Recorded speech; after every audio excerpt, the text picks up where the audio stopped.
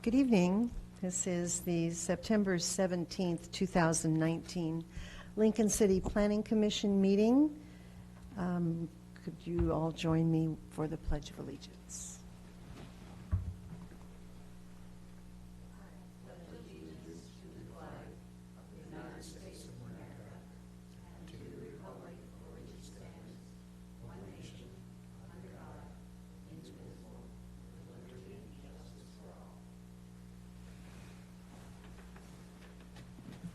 James, could we have a roll call, please? Just, oh, okay. Sorry, this is my first time. It's okay. Joshua Brennard. Here. Mary McFarland. Present. Steve Griffiths. Here. This is out of order. Patty Crowan. Here. Marcy Baker. Here. Miles Schlesinger. Thank you. And Lenny Nelson. Here. Thank you. Lindsay, I think it might be a good time for you to introduce James. Yes, yes. So, commissioners, we have our newest assistant planner, James White. He comes from us from most recently doing salmon restoration in the eastern Washington area, and is a local community member. We're very excited to have him here. Would you like to just take a moment and add anything to that? Just that I'm really excited to be here and working with everybody. Certainly a lot of my undergrad preparation was for urban planning and went in a completely different direction for 15 years. But I'm excited to be here and doing great things for Lincoln City. Great. Thank you. Welcome. We're happy to have you. Agenda changes or revisions. I have one. I know we have an approval of minutes from the Planning Commission as it met in its capacity as the VRD board. It's a very brief little one-page minutes, and I'd like to, right after this, close the meeting, open as that, approve the minutes, close the meeting, open, reopen this one, if that's all right. You okay with that? If you recess this meeting, not adjourn the meeting, but recess the Recess meeting. it. We will do that. We will recess it. But we will close the other one. Yeah, the other one you'll adjourn when you're done. Yeah. Okay. All right. Do you have any others? No. Okay. I actually have one other suggestion. You're here for surf tides, correct? Correct. Okay. So I'm not seeing anybody else in the audience for the design standards topic. And probably the majority of our 411-page packet this week that we received on Friday was associated with the design standards. I know we received the language at our last meeting, and you asked us to provide you with some input, and so we did. And I think as a consequence of that input, we were then provided with a lot of background information about the design standards, the survey, the code audit, the desired form and function summary, and that was a lot to sort of process. I know the city spent considerable money to hire a consultant to help in this effort, and I think it's, at least personally, I feel like it's my duty to fully understand what that consultant came back with, and more importantly, how their recommendations were considered and implemented into the design standard language. So because of that, I would really prefer that we take that off tonight's agenda and put it on the October 15th meeting agenda, if possible. So, with that proposal, I would suggest that we hold the public hearing. Staff has a detailed PowerPoint presentation to go through all of the information and background information that was provided for the, more so for the public to have that background data, as you guys have been involved in the majority of the process to date. We have already on October 15th mobile food units and potentially sign code afterwards. We do have scheduled a work study with the Planning Commission and City Council for Monday, October 7th, as we discussed that at our last meeting. It would be nice to have a draft, or have the Planning Commission already had the depth or the conversation in the weeds on the proposal before we go and meet with the City Council, so that we can make the most use of that short amount of time that we have with them on this topic. So like we did with the North Lincoln City land use designations, a continuance of the public hearing to the October 1st meeting, that would allow us to open it, provide that information, have you guys have additional opportunities and time to review it before maybe even draft recommendations are done in potentially October 1st. But I do want to be prepared when we have that meeting with the work study with City Council. It's my understanding that them scheduling that, they were under the impression that we would have already gone through the weeds on the ordinance. So Yeah. with that, I think that maybe allowing staff to do the PowerPoint presentation, share the information this evening, and then potentially continue it if the Planning Commission doesn't feel fully versed or comfortable with moving the full ordinance forward. Okay. Madam Chair? Just one moment. Okay. Selfishly, I suggested the 15th because I won't be here on the 1st. Just added information. Lenny, do you have a question? Well, no, actually, I wanted to concur with your statement. I emailed Lindsay earlier and said, this is a lot of stuff to go through. And the first 15th doesn't much matter to me. I would like to see the chair here. That would be very good if we could possibly make that work. But I wouldn't mind seeing the presentation tonight to get a better visual picture of all those words we have. So what that and then I would suggest potentially moving, if the Planning Commission agrees via motion to amend the agenda,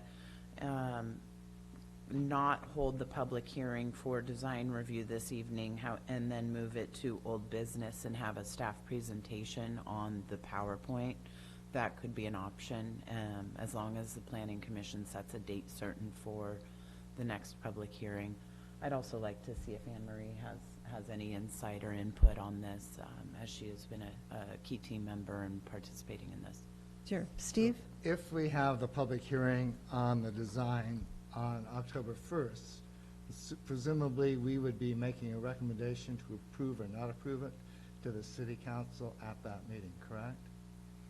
Or direct staff to make amendments and adjustments So I was before that wondering whether recommendation. it might make sense to keep it on the 15th so we can have a free and open discussion with the City Council on the 7th in regards to what they think about the design review standards and what conclusions we are beginning to reach on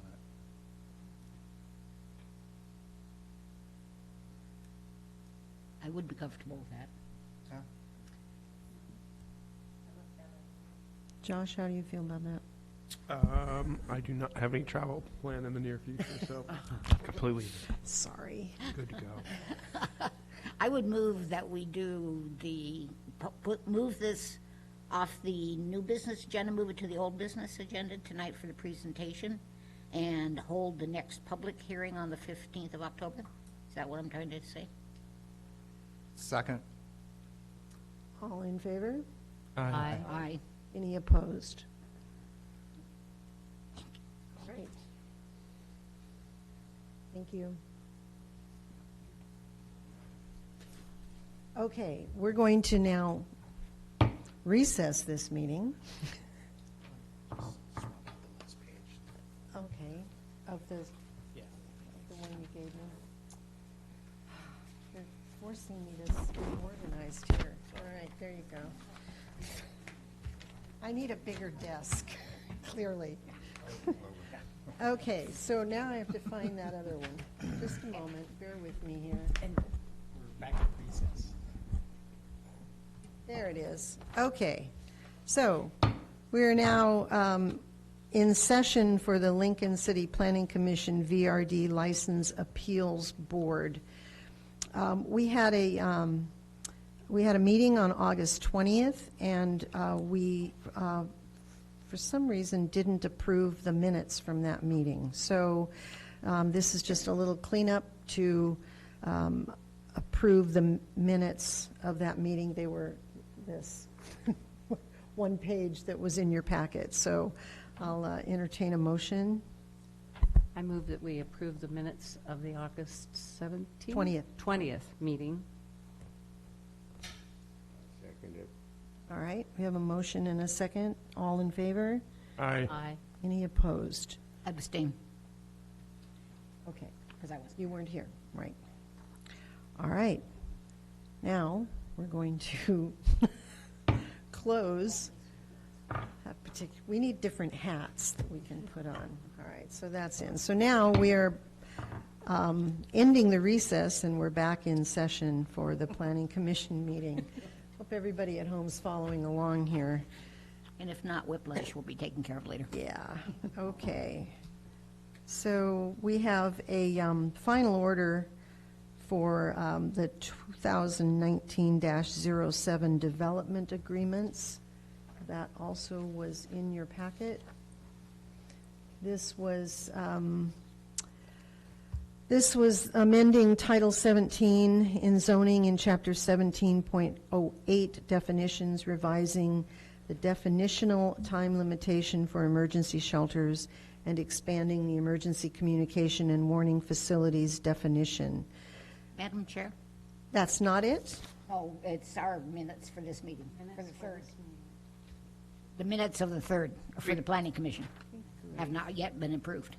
Well, where are those? We're in your packet. All right, I All will resort 421 to the pages. electronic version so I can find my way here. Sorry, I stuck the VRD meeting in the wrong spot. I thought we already did the minutes. All right, so we have minutes from the September 3rd Lincoln City Planning Commission meeting. Any comments, changes, revisions? Move to approve? All right, Second. all right, all in favor? Aye. Aye. Any opposed? No. Okay. Back on track. Now we have the final recommendation. The ordinance also amends Chapter 17.08 or 17.80, provisions applying to special uses, Section 17.80.070, essential emergency communications. Excuse and- me, I believe that is not correct. I think we have a mistake in the packet. What you're reading is not about development agreements, is what I'm saying. No. Okay. The amendment to the emergency shelters, the emergency But it's- communications, that all had to do with the prior application. So this is like an earlier draft, maybe, if somebody was going to do that. Yeah, I think you want to be on packet, page 8. But you have, this was. Yeah, packet page 8 is incorrect. That should have been in regards to development agreements. Why don't you, That's what I have. if you don't mind, just hold it to the end, and I'll write something while I'm sitting here. Help me, Mr. Wizard.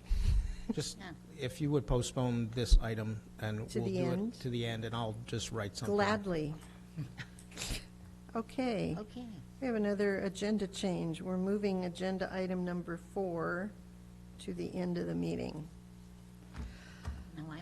So this, excuse me, now I'm confused, and I have whiplash. This thing on page 8 is not germane to this meeting at all?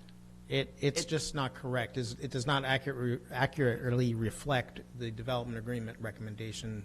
It's actually from an earlier. From an earlier meeting. Oh, okay, good, thank you. I believe, just for clarification, because I prepared it, I believe that I did not save it correctly. Oh. Yes. So it's a copy and paste where it got saved perhaps halfway through. I'm going to guess perhaps I was interrupted. So I sincerely apologize. This is what happens with our first meeting without Kate. I so hope she's watching. She's watching, she's laughing. She promised She she'd is listen. laughing her head off right now.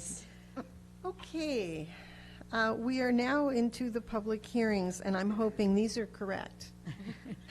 It is now 6:17 p.m. and the public hearing for file CPA and ZC 2019-03 is now open. This is a quasi-judicial land use hearing for comprehensive plan amendment and zoning amendment. The subject of this hearing is a request to amend the comprehensive plan map and zoning map for an 18,478 square foot parcel. The request is to redesignate the property from single-family residential R15 to recreation commercial. The property owner is is it Cho? Thank you. Cho Surf Tides Family Limited Partnership. The property is located at 1432 and 1434 Northwest 31st Street, Place, and 1502 and 1504 Northwest 31st Place, and is occupied by two newly constructed duplexes. The property owner requests the plan and map amendment so that the site may be used for any permitted uses in the recreation commercial zone. The applicant has the burden of proof to demonstrate compliance with each and every applicable criteria. Because quasi-judicial proceedings require the observance of certain procedural safeguards, the Commission must take a few moments to cover some preliminary matters and required statements. Does any member of the Commission wish to declare an ex parte contact, a conflict of interest, or a bias in this matter? Seeing none. Okay. Does any member of the audience wish to challenge the qualifications of a commissioner to participate in this matter? Okay. The following statements are required to be made at the commencement of the hearing pursuant to the City Code and ORS 197.763, paragraph 5. Staff will now read a list of the applicable substantive criteria for this decision. Anne Marie? The substantive criteria are the plans and policies from the city's Lincoln City Comprehensive Plan, the Title 17 from the Lincoln City Municipal Code, and the statewide goals and statutes. Okay. All testimony, arguments, and evidence must be directed toward the applicable substantive criteria previously listed, or such other criteria in the plan or land use regulations which the person believes applies to the decision. Failure to raise an issue accompanied by statements or evidence sufficient to afford the decision maker and the parties an opportunity to respond to the issue precludes appeal to LUBA, the Land Use Board of Appeals, on that issue. Failure of the applicant to raise constitutional or other issues related to proposed conditions of approval with sufficient specificity to allow the decision maker to respond to the issue precludes any action for damages in circuit court. Prior to the end of this hearing, any person who participated may request a continuance to provide additional testimony, argument, or evidence, or request that the record be left open to submit additional written testimony, argument, or evidence. Before the staff presents a report, I would like to summarize the adopted public hearing procedures. A brochure outlining the procedures is at the entrance to the council chambers. Generally, the order of proceedings will be as follows: preliminary matters and required statements, a staff report, questions to the staff, the applicant's presentation, those in support of the application, those opposed, rebuttal by the applicant, requests of continuance or to leave the record open, close of the hearing, close of the record, requests to submit written argument by the applicant, and deliberations and decision. The city has established some time limits. The applicant will have 15 minutes and may reserve up to 5 minutes of that time for rebuttal. After the applicant testifies, any person may speak for up to 3 minutes. If the Planning Commission has questions, your time responding to those questions won't be counted against your time. Hearing procedures also allow the chair to limit repetitive testimony. If you wish to speak, please write your name and mailing address clearly on the sign-up sheet at the entrance. When you come up, please speak directly into the microphone and begin by stating your name only. If you also have written testimony to submit into the record, please provide a copy to the recorder, which is James. Okay. Please present your report. Thank you, Chair. My name is Anne Marie Skinner. I'm the planner in the Planning Department. And as has been stated, this is a case for the Surf Tides Resort Comprehensive Plan Amendment and Zone Change. The address of the site is 1432, 1434, 1502, and 1504 Northwest 31st Place. Just for more information, it's tax map and lot 07-11-03-DC, and then it's tax lot number 13100. The property owner is Cho Surf Tides Family Limited Partnership. The site is located at the northeast corner of the intersection of Northwest Jetty Avenue and Northwest 30th Street. And the current zoning district is single-family residential, which is R15. And the current comprehensive plan designation is single-family residential R5. And the site consists of 18,478 square feet. Whoops. And this is an aerial photo of the site, and you can see that it's there at that northeast corner of Northwest 30th and Northwest Jetty Avenue. The surrounding uses are listed here, and I'm actually going to flip to the next slide so you can see the map while I read these. To the northeast of the property, and I split these into northeast and northwest.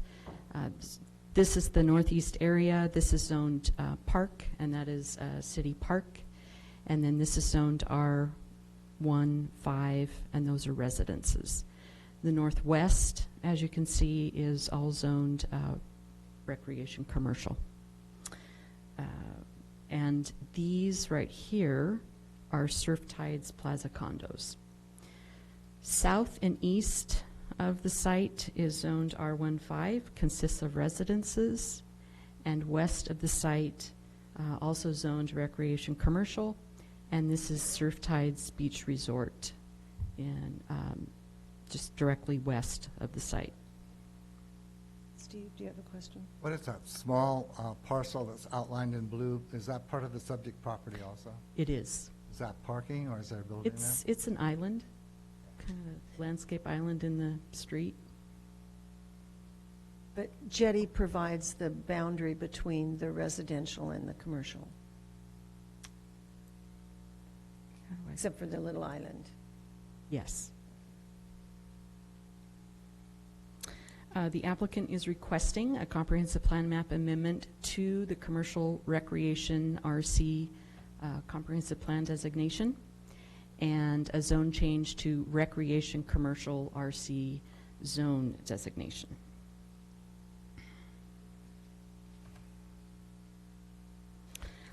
These are in the staff report, but I wanted to list them here and just read them into the record. These are the two different development categories. These come from the Lincoln City Comprehensive Plan. So currently, the site is designated with the single-family residential district designation in the Comprehensive Plan, and that is described as located along the ocean and lake fronts to be composed primarily of single-family dwellings. This district is designed to provide neighborhoods of a quiet residential nature in which all structures have approximately the same height and bulk. And the proposed comprehensive plan designation, which is commercial recreation district, is provided for those commercial uses having a strong tourist orientation, such as motels, restaurants, recreational outlets, gift and souvenir shops. The purpose of the district is to encourage the development of certain areas having a quality resort character. To enhance their attractiveness, special attention will be paid to design and landscaping. And then there are zone purposes for the two different zones as well. The current zone of R15 is to promote and encourage a suitable environment for family living and to protect and stabilize the residential characteristics of the zone. The purpose of the recreation commercial zone is provided for those commercial uses having a definite relationship to the community's resort and recreation industry. And I will give you some background information. A review of the building permit file for the site, which was previously addressed as 1434 Northwest 31st Place, shows the site was developed as a fiveplex operating as Surf Tides cottages.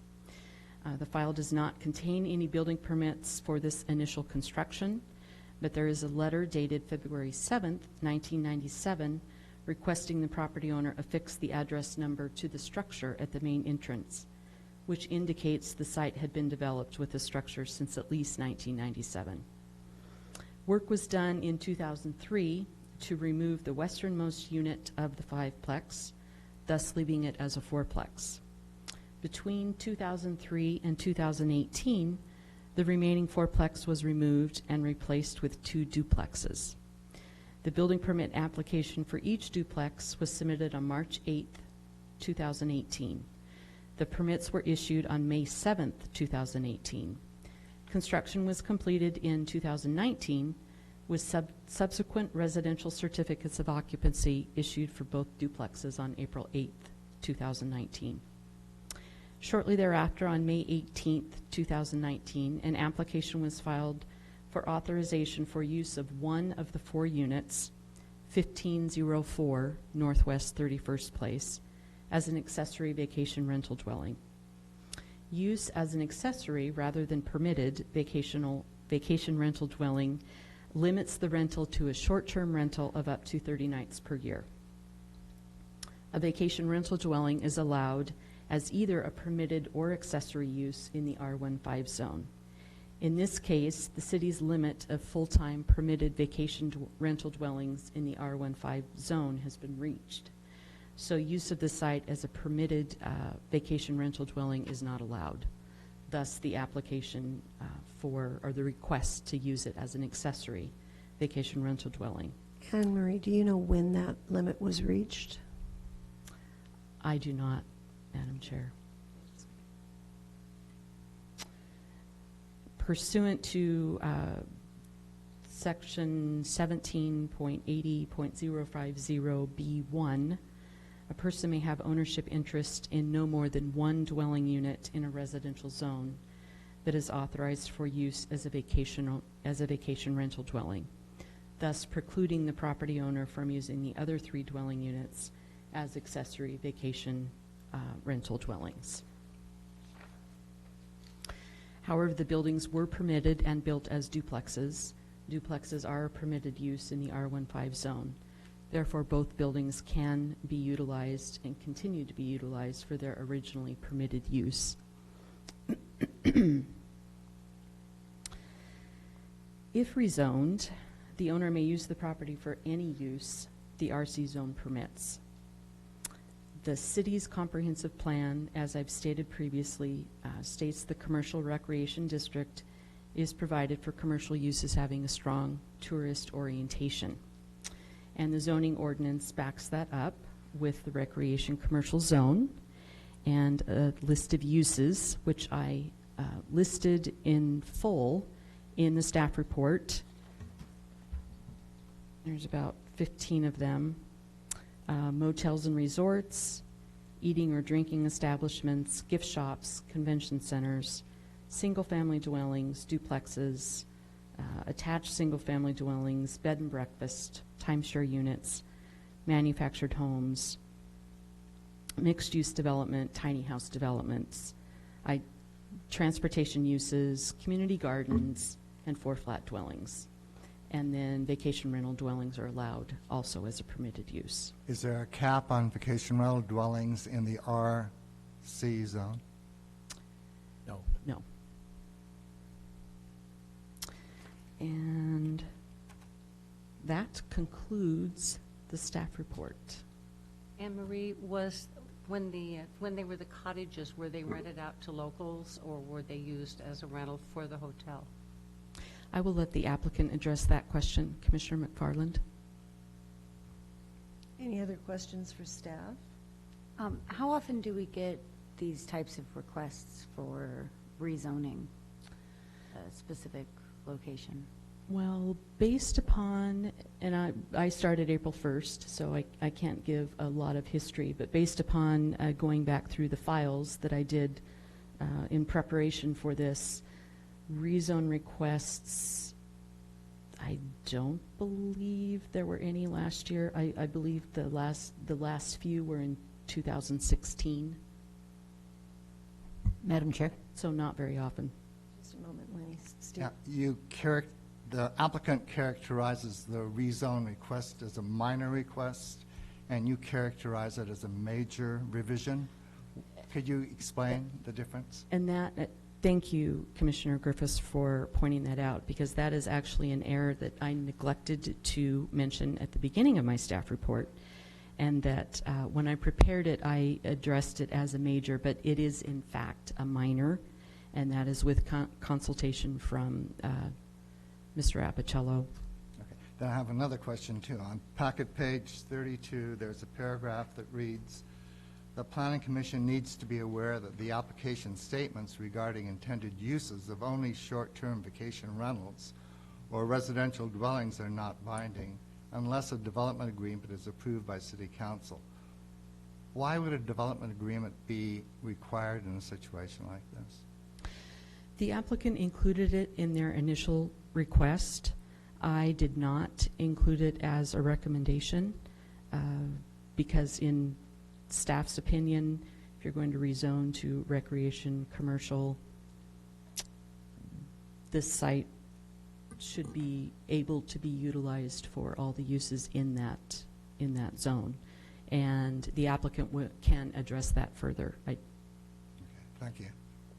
Just as a reminder, the development agreement mechanism is something where you could basically contract to restrict the uses. So if you were worried that the whole big long list of uses in RC was going to keep you from approving this when their intention is to operate vacation rental, they could basically take those out with a statutory development agreement.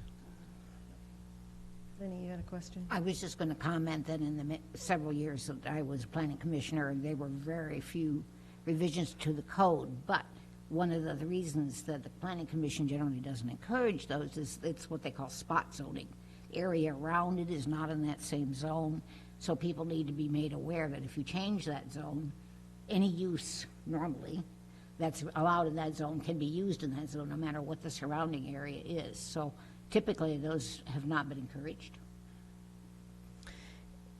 In this particular case, staff's opinion was based upon the fact that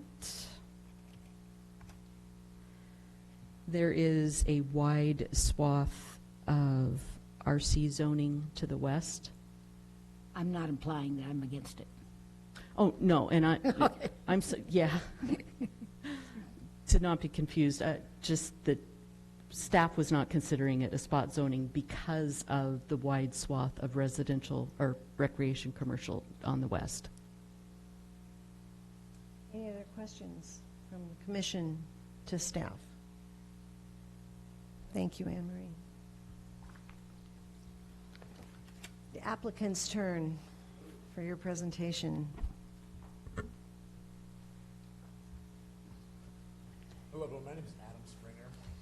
I need you to talk into the mic, Adam, and I'll ask you, do you want to reserve some of your time for rebuttal in case you need it? Yes, please. Thank you. Okay. Thank you.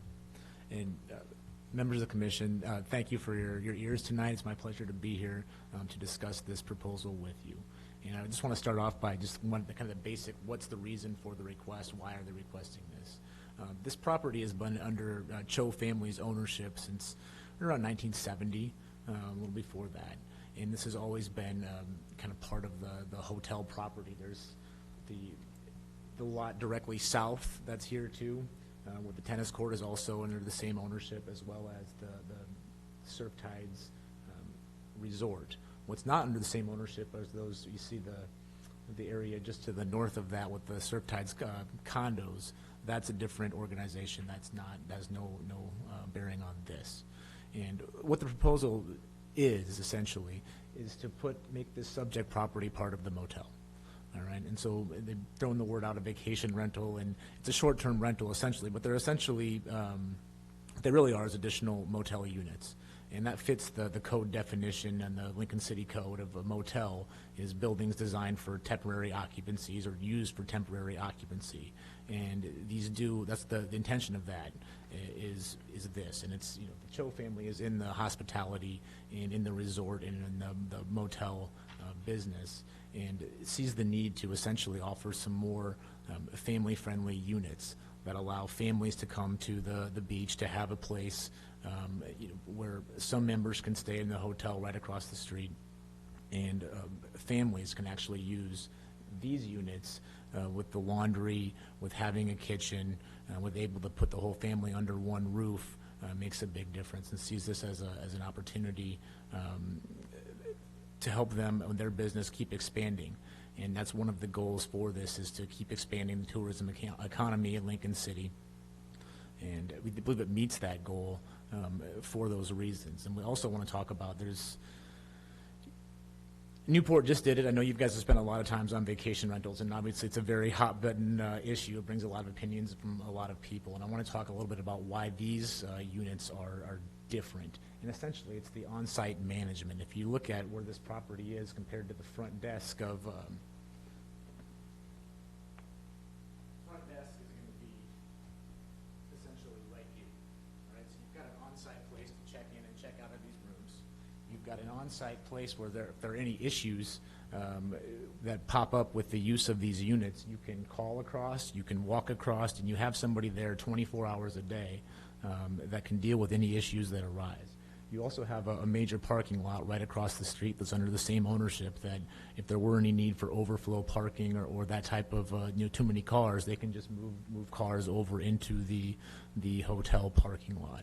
So it doesn't have a lot of those same uses. And so when we talked about doing this, the first thing we thought is, okay, what are the neighbors going to say? So we got the same mailing list of everybody around the area and sent a letter to all the neighbors just telling them what we're going to do, and inviting them to a town hall at the restaurant there at Surf Tides. And it had a pretty good turnout. I think about a dozen people, maybe a little less, showed up. We're all supportive of this idea that keep the property as part of the Surf Tides business. And they were supportive for a lot of different reasons, but one of the main ones was that the security that having the motel right there provides. And a lot of people walk in that area where there's the tennis court and the trees in there, and to say they're not really comfortable doing it unless the Surf Tides is involved, because there's transients that come and that can be camping out there with dogs, and they get worried about walking through and having people right on their backyards. and having the security there is good. And so they were very supportive, and we obviously haven't heard any opposition yet. I haven't heard any opposition myself of this pushback from this plan. I think that's important. Again, this is just one 1,800 square foot lot. It's not spot zoning because it is next to and really adjacent to a large area of commercial property. That's all right there. And there are a few homes in the back there, but again, survived by a park on one side and other kind of a park land type of area under private ownership, which essentially is a public park at this point in time. It's open to anyone in the public wants to go and walk in those tennis courts or use their tennis courts. They're allowed to do so. You don't have to be a guest at the hotel to do that. And Could you so- point out where the tennis courts are? Absolutely. Tennis court is right here. Subject property right here, Surfside Motel over here, and hotel over here. So the tennis courts are right here, and this whole, it's quite a bit of a larger lot than just that. And that's the area that's used by people in the community, and they can use that for recreation, have for walking, use it for tennis. It's an area kind of that they enjoy. Going back to the goals kind of that are met here, the economic goal, I believe, is there. We looked at the housing goal as well. And there are a couple areas in that 2017 housing study that we wanted to address. And one is, well, there's a need for 1,600 additional hotel and motel units in this city in the next 20 years. And that was what was found. But they also discussed seasonal housing, which they described as well, either second homes or kind of short-term occupancy, and said, well, we need about another 534 units of that, and of those, at least 36 need to be duplexes and this type of multifamily homes. There had been, so it does fit that goal, and the other part of that study said, well, there's a whole lot of available residential area to develop. We have enough, we have a surplus of land to meet our housing needs as they arise in residential areas. And so we don't believe we're taking anything from the housing stock currently. These had never been used as owner-occupied type of dwellings. They were the fiveplex cottages did get used for a mix of workforce housing, so sometimes they had their managers living on site. I do believe some of them actually were rented out as additional hotel units, and if the hotel was full, they would use those as overflow units historically. So that's essentially what, the why of what's going on here. They want to make this part of the motel and essentially expand the use a little bit. Probably you're going to ask me why they didn't come and ask first before we developed the duplexes, right? They had already bought a permit and got these duplexes put together. And that largely just becomes from a misunderstanding of the Cho family about what had happened with kind of their ability to use the property as vacation rentals as it had been kind of used in the past, is that was something that probably was talked about a lot but didn't quite click through, was, oh, this is not going to be an approved use when we get there. So I've used the word vacation rental, but again, I think in a recreational commercial zoning, this has more to do with, this is an expansion of the hotel rather than it's actually a vacation rental. It doesn't have a lot of those, depends on how you define vacation rental, but essentially it's a short-term occupancy. It can basically have key cards like it would at a hotel rather than actually be one house in the middle of a residential neighborhood that's that house that nobody knows who actually owns it or what's going on there, and people are coming and going all the time and disturbing the peace. Again, we have a lot of safeguards put in place for why that won't be the case.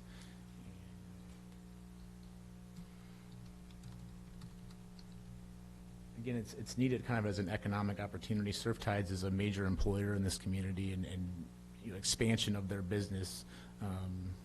This will help. I also think it helps expand the off-season opportunity of tourism in this community. And that, if you were considering having your family come out for Christmas and spend Christmas on the coast, it may provide a lot better opportunity to have a restaurant, a hotel room, and a place where family with young children could be comfortable staying and doing all their laundry and, be able to prepare your own Christmas dinner if that was what you intended to do. So I do believe it meets a lot of these standards. I'm trying to look if there's any goals that really I think need to be addressed. I think at this time, I'd probably conclude my presentation for now. I'm happy to answer questions. I'm sure you'll have a lot, and I look forward to the opportunity. Thank you. Okay. Thank you, Mr. Springer. Questions? Steve? So you mentioned that there has been a history of using these units for employee housing, is that correct? That's correct. Have they also been used for long-term rentals? No, just employee housing is my understanding. Thank you. I have a question. So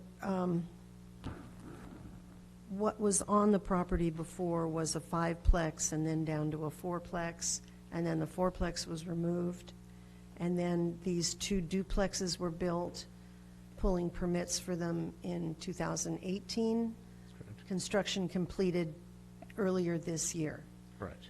With the understanding it was in an R15 zone, and R15 is residential, single-family home, not vacation rental, because apparently they did apply for a VRD license and were told that the cap had already been met. Is that accurate? That's accurate, that when they applied, they understood it was in an R15 zone. It did apply for a vacation rental dwelling, initially just got accessory use. Recently, a space on the cap has opened up, and so this one of the 4 units now has a full-time VRD license. But the other 3 can't be used in the same manner. Based on that rule, where one owner can have one VRD, each duplex being considered 2 units, being 4 units, so there's only one unit that's an allowed use. And so, ultimately the goal is to again have this be part of the motel, and essentially operate as a motel. Right. I understand that I understand the intent is to carve this property out and make it RC so that it can become a part of the motel. Do you know what the height requirement, how far you could go up under RC if you wanted to? I do not. 45 feet. One of the reasons that we've offered to do, or had offered to do, basically a development agreement, is this is what the intended use is. I mean, this is new construction. There's no plan to knock down this construction and start, no plan to knock down this construction and start again.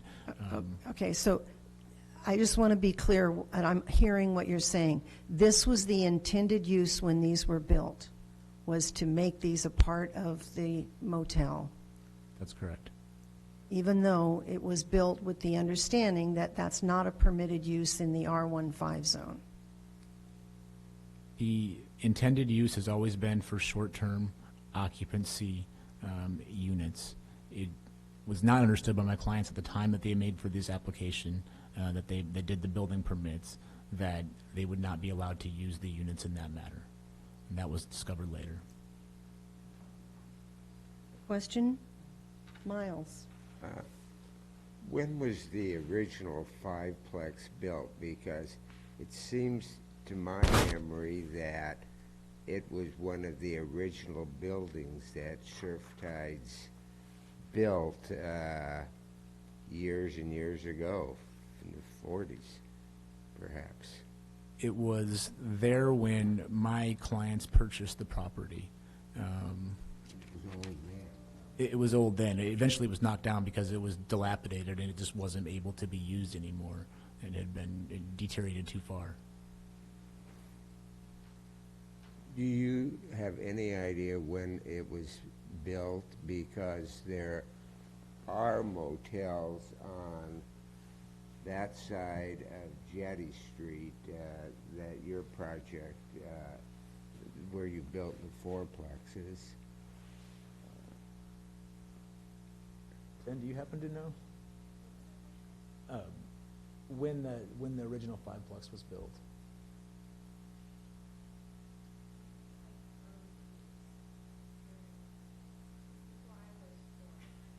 Oh. It was before I was born. You were really old. No, it's. We don't have necessarily the My historical. reason in asking that is, when was the zoning done for this area of town? Because Jetty Street has motels on both sides of the street along that area.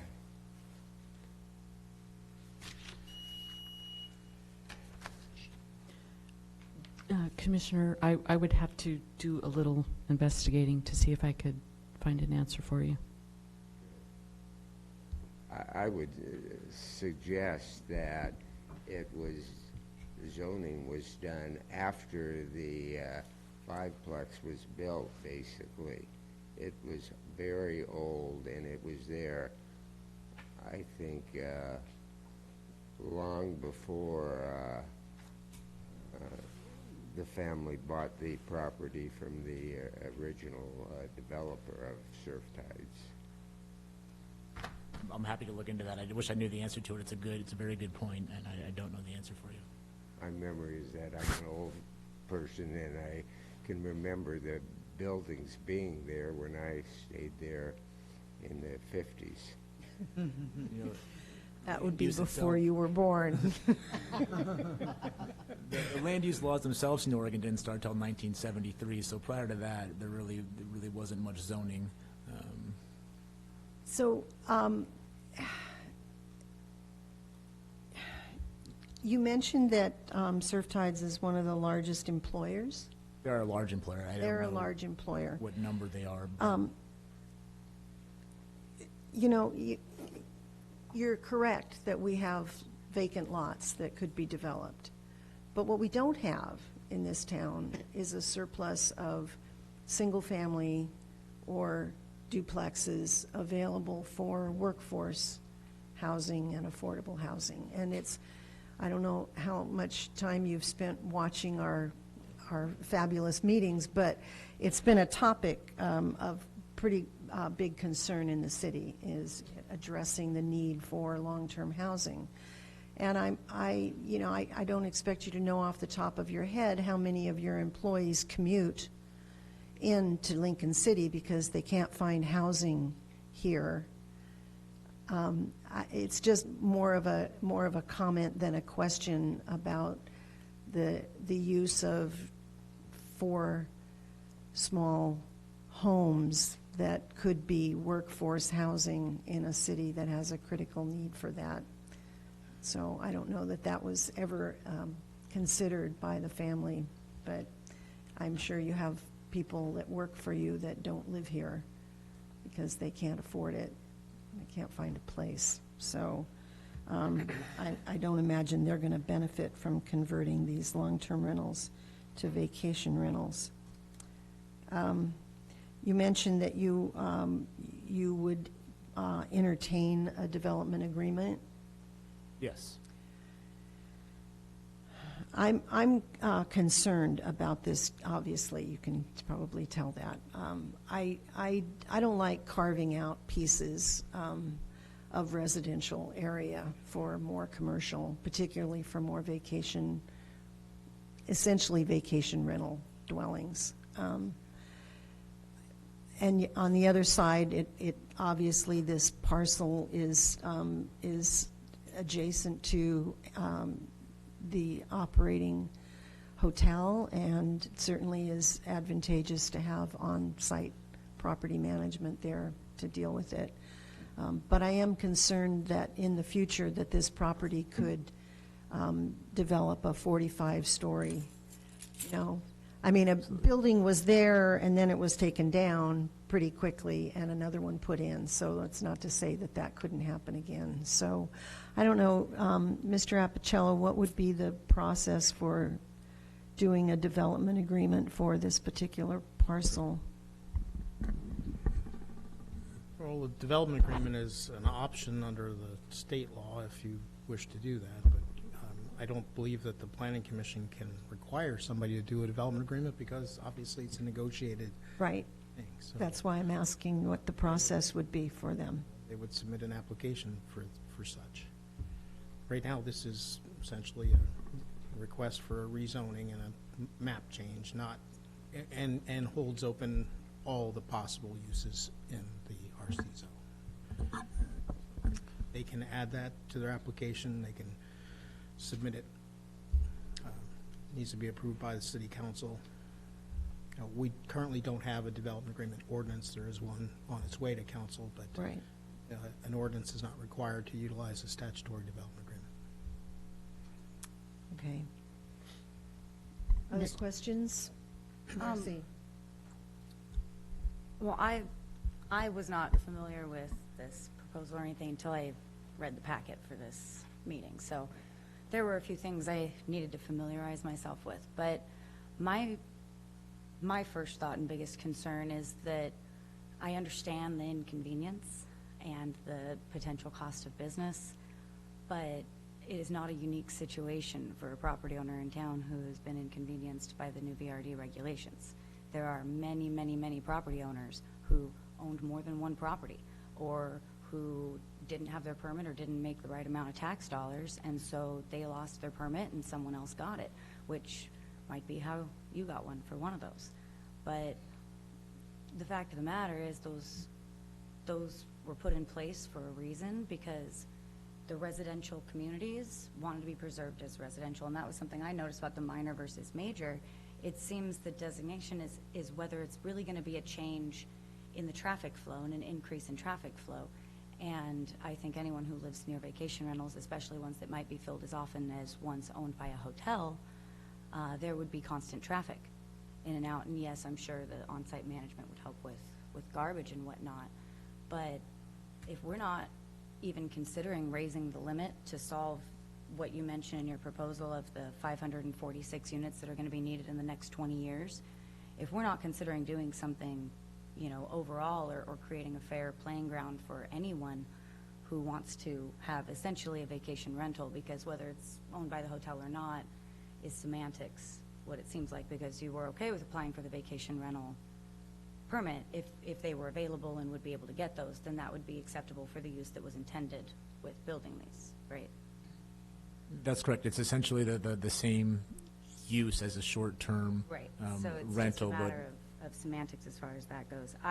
My concern is if we allowed this and doing a rezoning as opposed to approving a permitted vacation rental, as far as I could tell, it's a $350 permit fee per year per each unit if it's a vacation rental, and there are minimum tax standards of what has to be rented. There's parking regulations, there's landscaping regulations that all would have to be met if it was a permitted VRD, whereas if the zoning is just changed, then it seems essentially like a free-for-all. You could build a 45 foot tall building. And yes, we could do some kind of development agreement for that, but what about all the other business owners?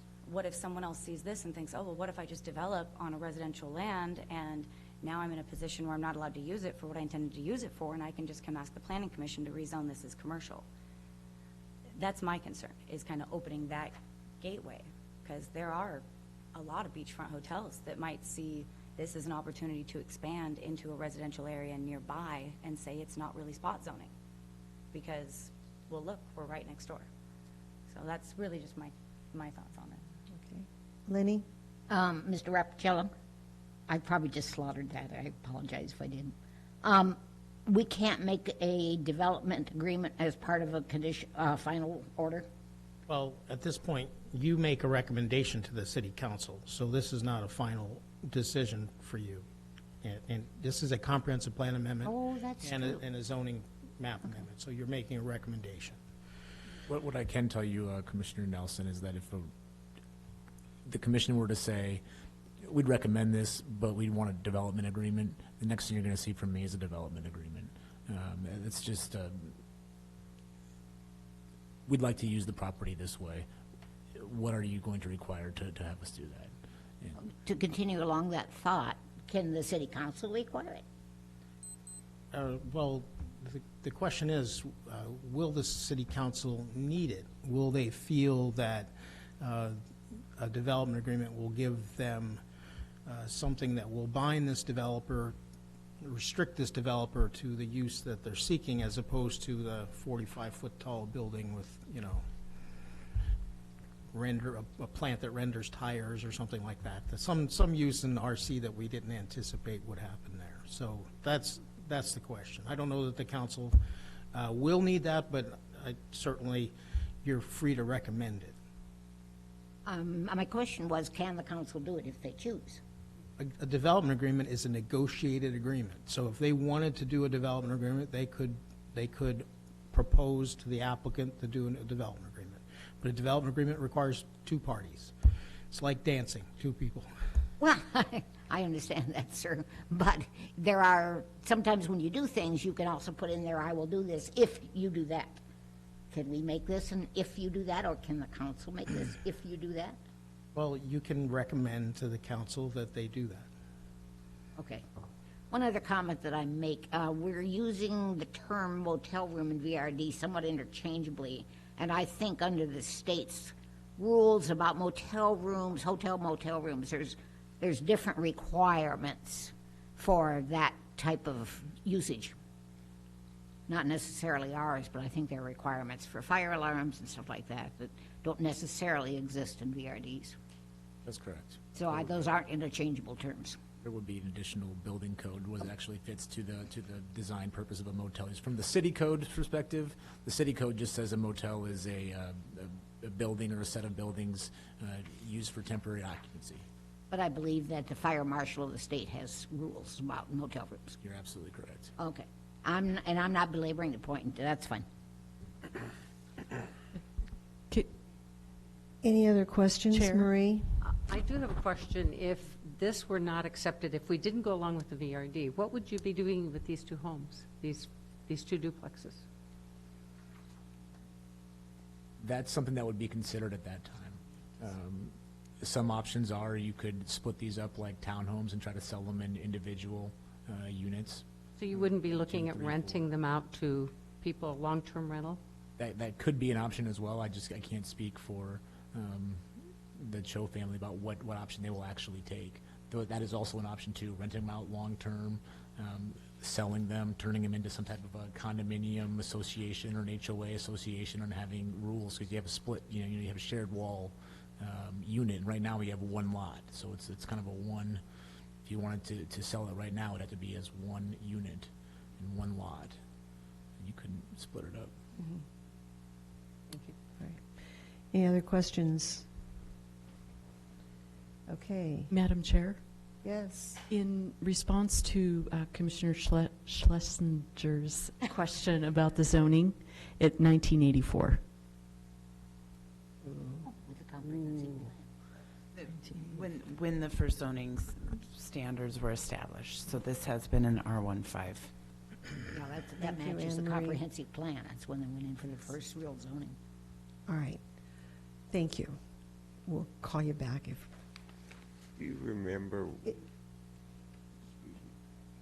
No, I don't.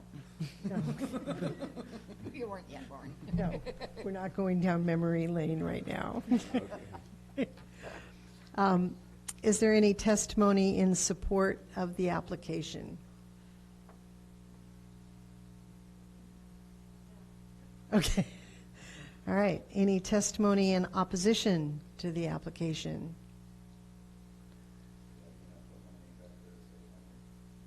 If you'd like to speak, please come forward. State your name, please, in the microphone. My name's Dan DeMoy. I'm a resident here in Lincoln City. I work a regular job shucking dog food at Mini Pet Mart, and I own my own home. I know the problems in this city with workforce housing. I respect the Cho family, and I can't believe anyone in the family didn't know what they were doing when they built these houses. I honestly believe, in my opinion, that these houses were built knowing that they would end up coming here and asking for a rezoning. I think there are probably a dozen employees at the Surf Tides itself that would jump at the chance to be a long-term renter in one of these places. And that would only, in my opinion, build a stronger employee-employer relationship and loyalty. This town needs workforce housing like you wouldn't believe. I could care less about vacation rentals until there are people not driving 25 miles into town to work a minimum wage job. Thank you. Thank you. Any other testimony from representatives of public agencies? Okay, it's your opportunity to provide a rebuttal if you'd like.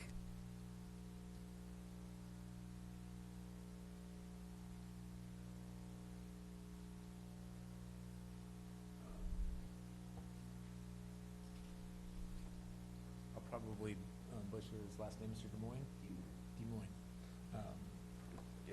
Nate's a good point, but again, I wanted to just to point out there's two parts of this analysis. One is economic opportunities and one is housing needs. And this is increasing economic opportunities, and it does increase the economy and just the fact that there are jobs here and better paying jobs and more hours. So one of the problems that they had previously with the fiveplex was having management and workers so close to work essentially didn't go well for them. It Didn't go well for whom? It didn't go well for the employees, and they weren't happy there, and it didn't go well for the business to have their employees living right across the street as well. Not having a kind of a space of their own to relax, coming over to the hotel bar and frequenting it too often. Things like that caused problems with the previous, that was their previous experience with having on-site or right across the street workforce housing. It was not a pleasurable experience, and that's why they decided to go away from that.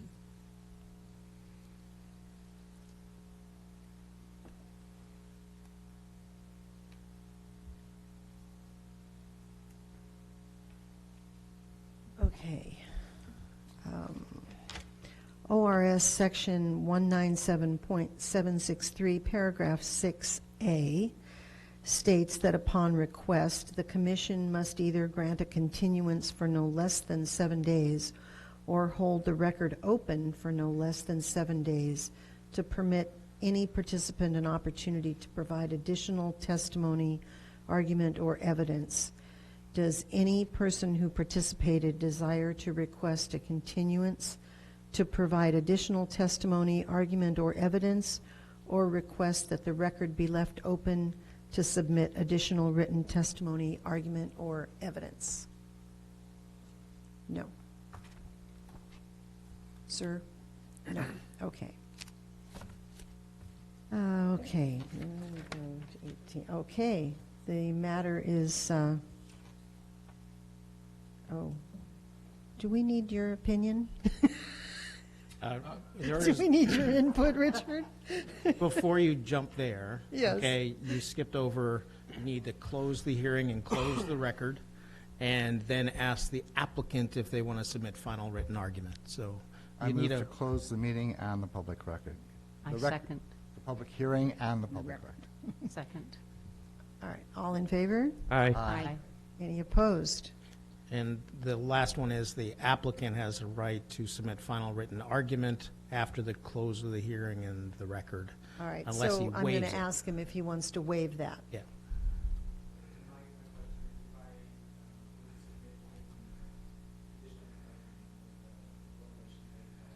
Yes. You waive your rights. Okay. Now we can talk, right? If, I'm here if you have You're questions. here.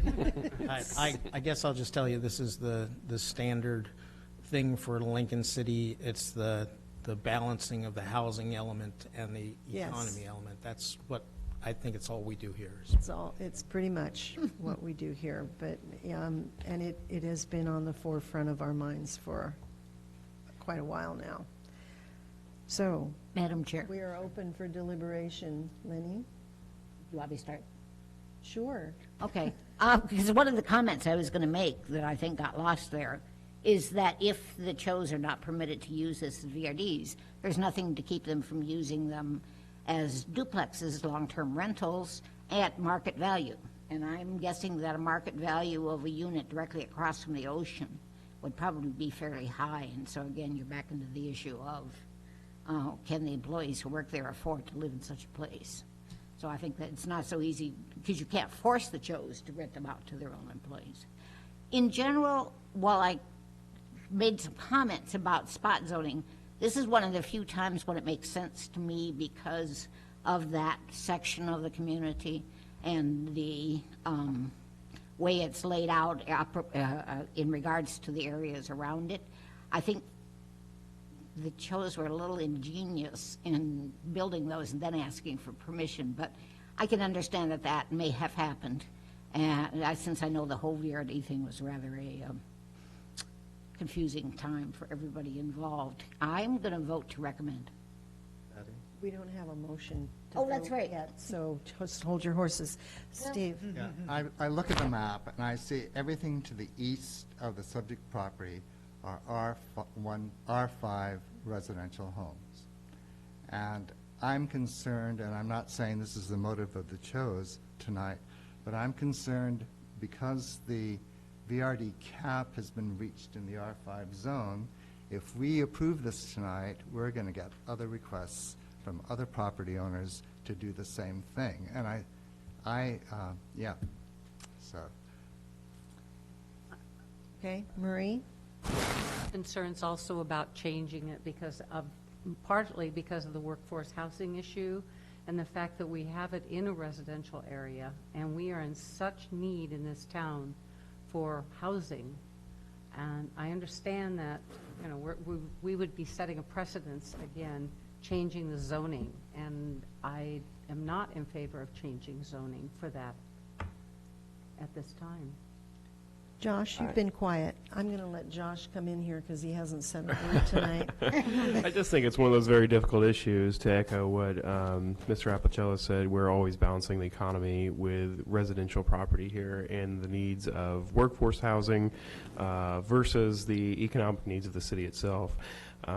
I think in this particular case, given the proximity of the area, the intended use, that it would be more appropriate to err on the side of turning this more into a residential commercial zone area, that it would be keeping it residential. And one of those things is brought up by the applicant, the fact that we do have plenty of other residential area zones that could be developed, plenty of other areas, and also our other commissioner, Lenny, that spoke earlier, that this property is most likely not going to be where workforce housing is developed, just given the cost of the area, given the proximity of the beach and the ocean, and the real estate value itself. Generally in Lincoln City in the area, and what I've observed living here is that most of those areas are farther from the beach, and that's typical of coastal areas with real estate values.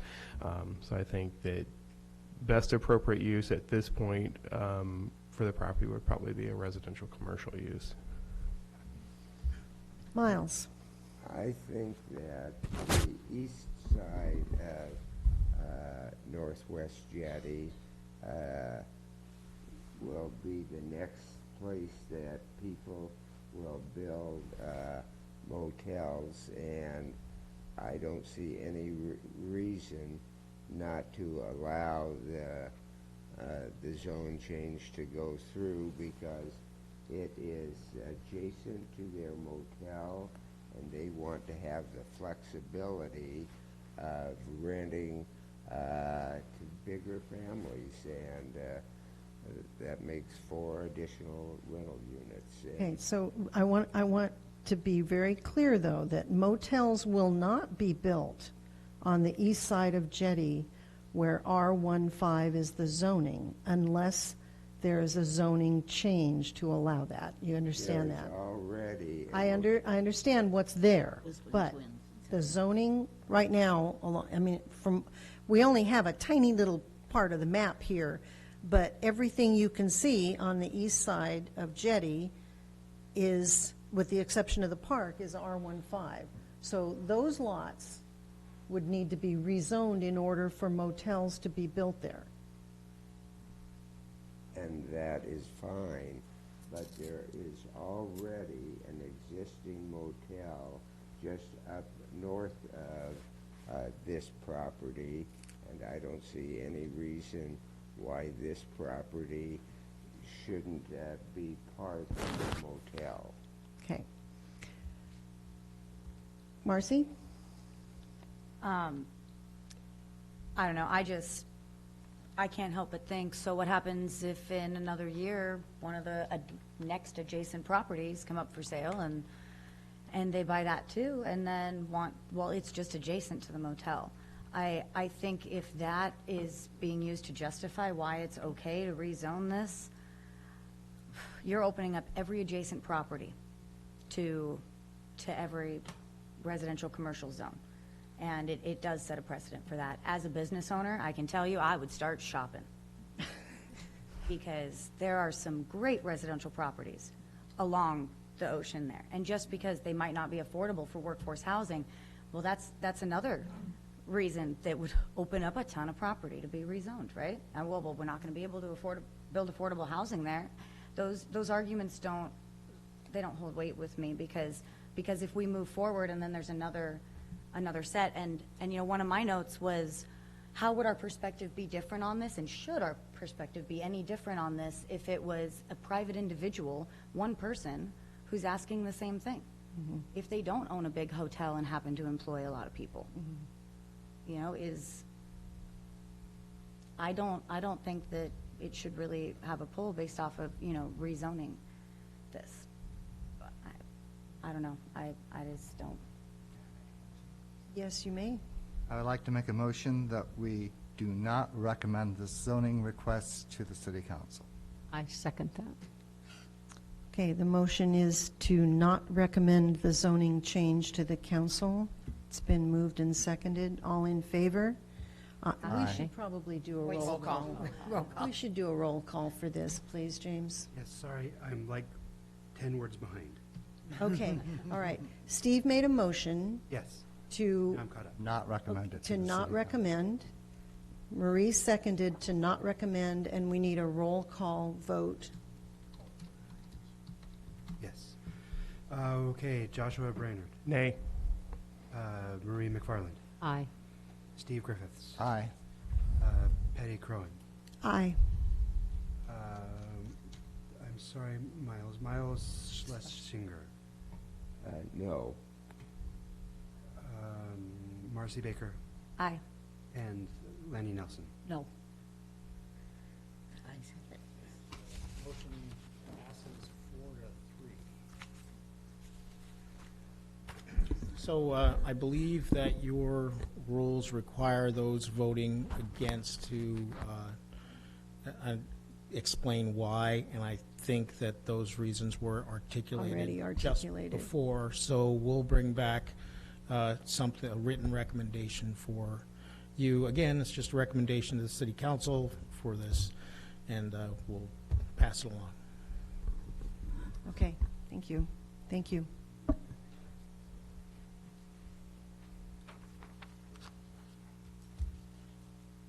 Okay, we are now to the North City Land Use Map and Text Amendment, correct? Am I on the right spot? Yes, you are, Chair. And we have a short break. Could we take a short recess, just 5 minutes? Just remember your mics are on during the recess. Thank you.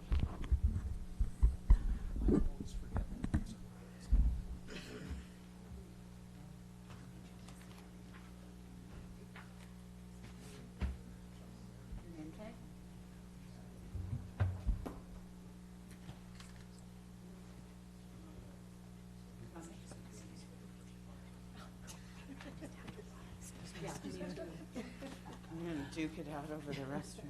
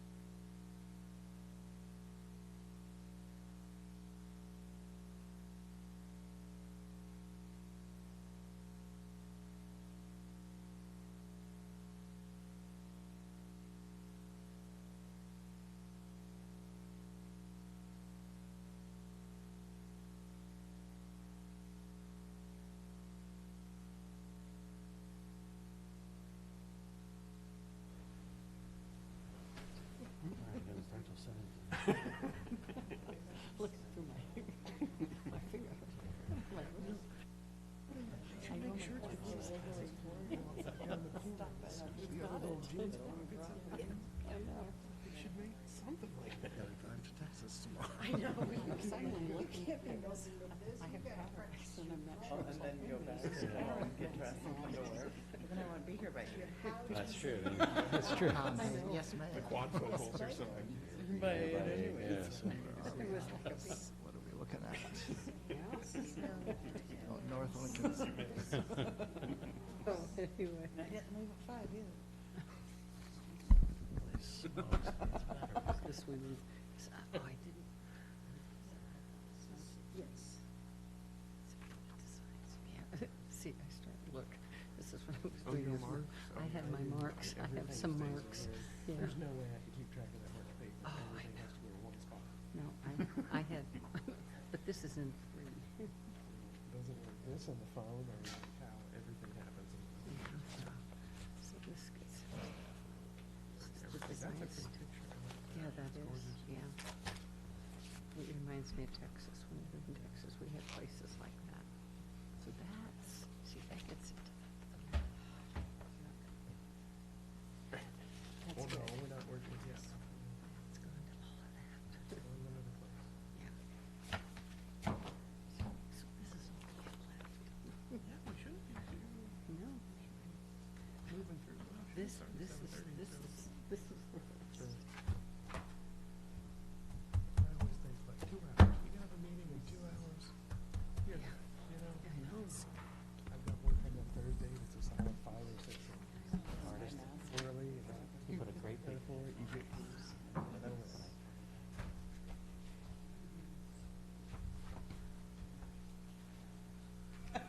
and this one's all the way out. So it's like 8:30 at night.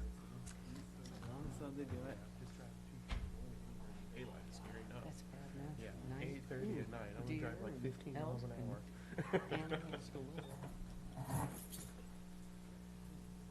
Davis came from Washington.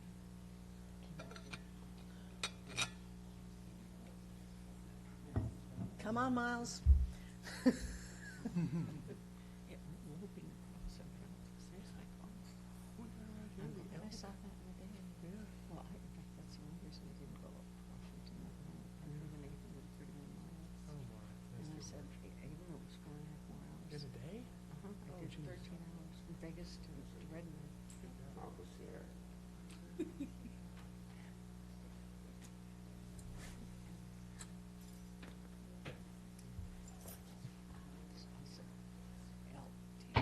Okay, the Planning Commission is now back in session. Our agenda item is the CPA 2019-02 North Lincoln City Land Use Map and Text Amendment. This is a continuation, or a continuance of our public hearing. It's my understanding the hearing and the record are still open, so we're just picking up where we left off before. So, Madam Chair, if I could, I asked Lindsay if I could come in and, before she gives her presentation, to just give you a little bit of history of this property, how the city acquired it, with where the funds came for how it acquired, and what we are doing with this property and how it's going forward. But I first have to chide our staff a little bit with an apology for giving you guys a packet of 411 pages. I On told them Friday. that and only 3 days to read it. I want double my salary. I told them today that I didn't even get assignments like that when I was in graduate school. Yeah, And so we are very glad that we are paying you guys a lot of money we're worth it to be too. able to read all of these. We need a raise. Yeah, no kidding. We might strike. We might double your salaries after this one. Yeah. 0 to 0. So. Thank you. Anyways, so I wanted to give you a little bit of history of how the city acquired this property, what its intended use is, and how we're going forward with it. And then there is one provision within the ordinance that I've talked with the staff about that would like you to re-examine, but we didn't have time to deal with that before the packets needed to go out. So the city purchased this property in 2014. It's 365 acres. Initially, as I understand it, I was not the city manager at the time, David Hawker was. Initially, as I understand it, the city was purchasing just 10 acres, which was the Knoll property. in order to preserve that as an open space properties. However, circumstances presented themselves when the development failed and couldn't go forward. The city ended up purchasing this for $2.5 million. The funds for this came from multiple sources. One of those sources, about 20% of the funding came from the city's Affordable Housing Fund. That becomes significant as we discuss a little bit of how we are trying to develop this property. And so anyways, so the city purchased it, all 365 acres, and then they designated the Knoll area as open space, and it has been zoned to that. And also the area at the very top has also been designated as open space. For the next year to year and a half, the City Council had discussions about how to develop that. We received a couple of offers to sell the whole thing. In my opinion, they were not very serious offers because they really didn't offer much more than what we paid for it. But one of the decisions that came about during that course of time was the decision to develop it in phases, not try to sell the whole thing off all at one time, but to develop it in phases. The second thing that came out of this is that when the city purchased this property, it already had an approved preliminary master plan, and that would allow us to go forward and develop according to that master plan. We decided at the time that we needed to update that plan, and some of the elements still remain with that. We're still working on whether or not we're going to be looking at an entirely new development plan or to revise the existing one. And the existing one is good until 2023. So we have a little bit of time in doing that. So one of the things that you're considering in this is that within the ordinance itself is a map, which is the development plan for this property. I might note that it is the intent of the city to develop this property. You'll see on that map that there's some colored area on about the first 2/3 going up, and then it's a big green space. That big green space is not designated to be permanently open space except for the area of the knoll and then the area at the very top. The rest of it is for the city to determine later if it should be developed and how it should be developed. Ron, do you have a map that shows that? Because I understand the knoll area, but I don't understand when you say the area at the very top. What area are you talking about?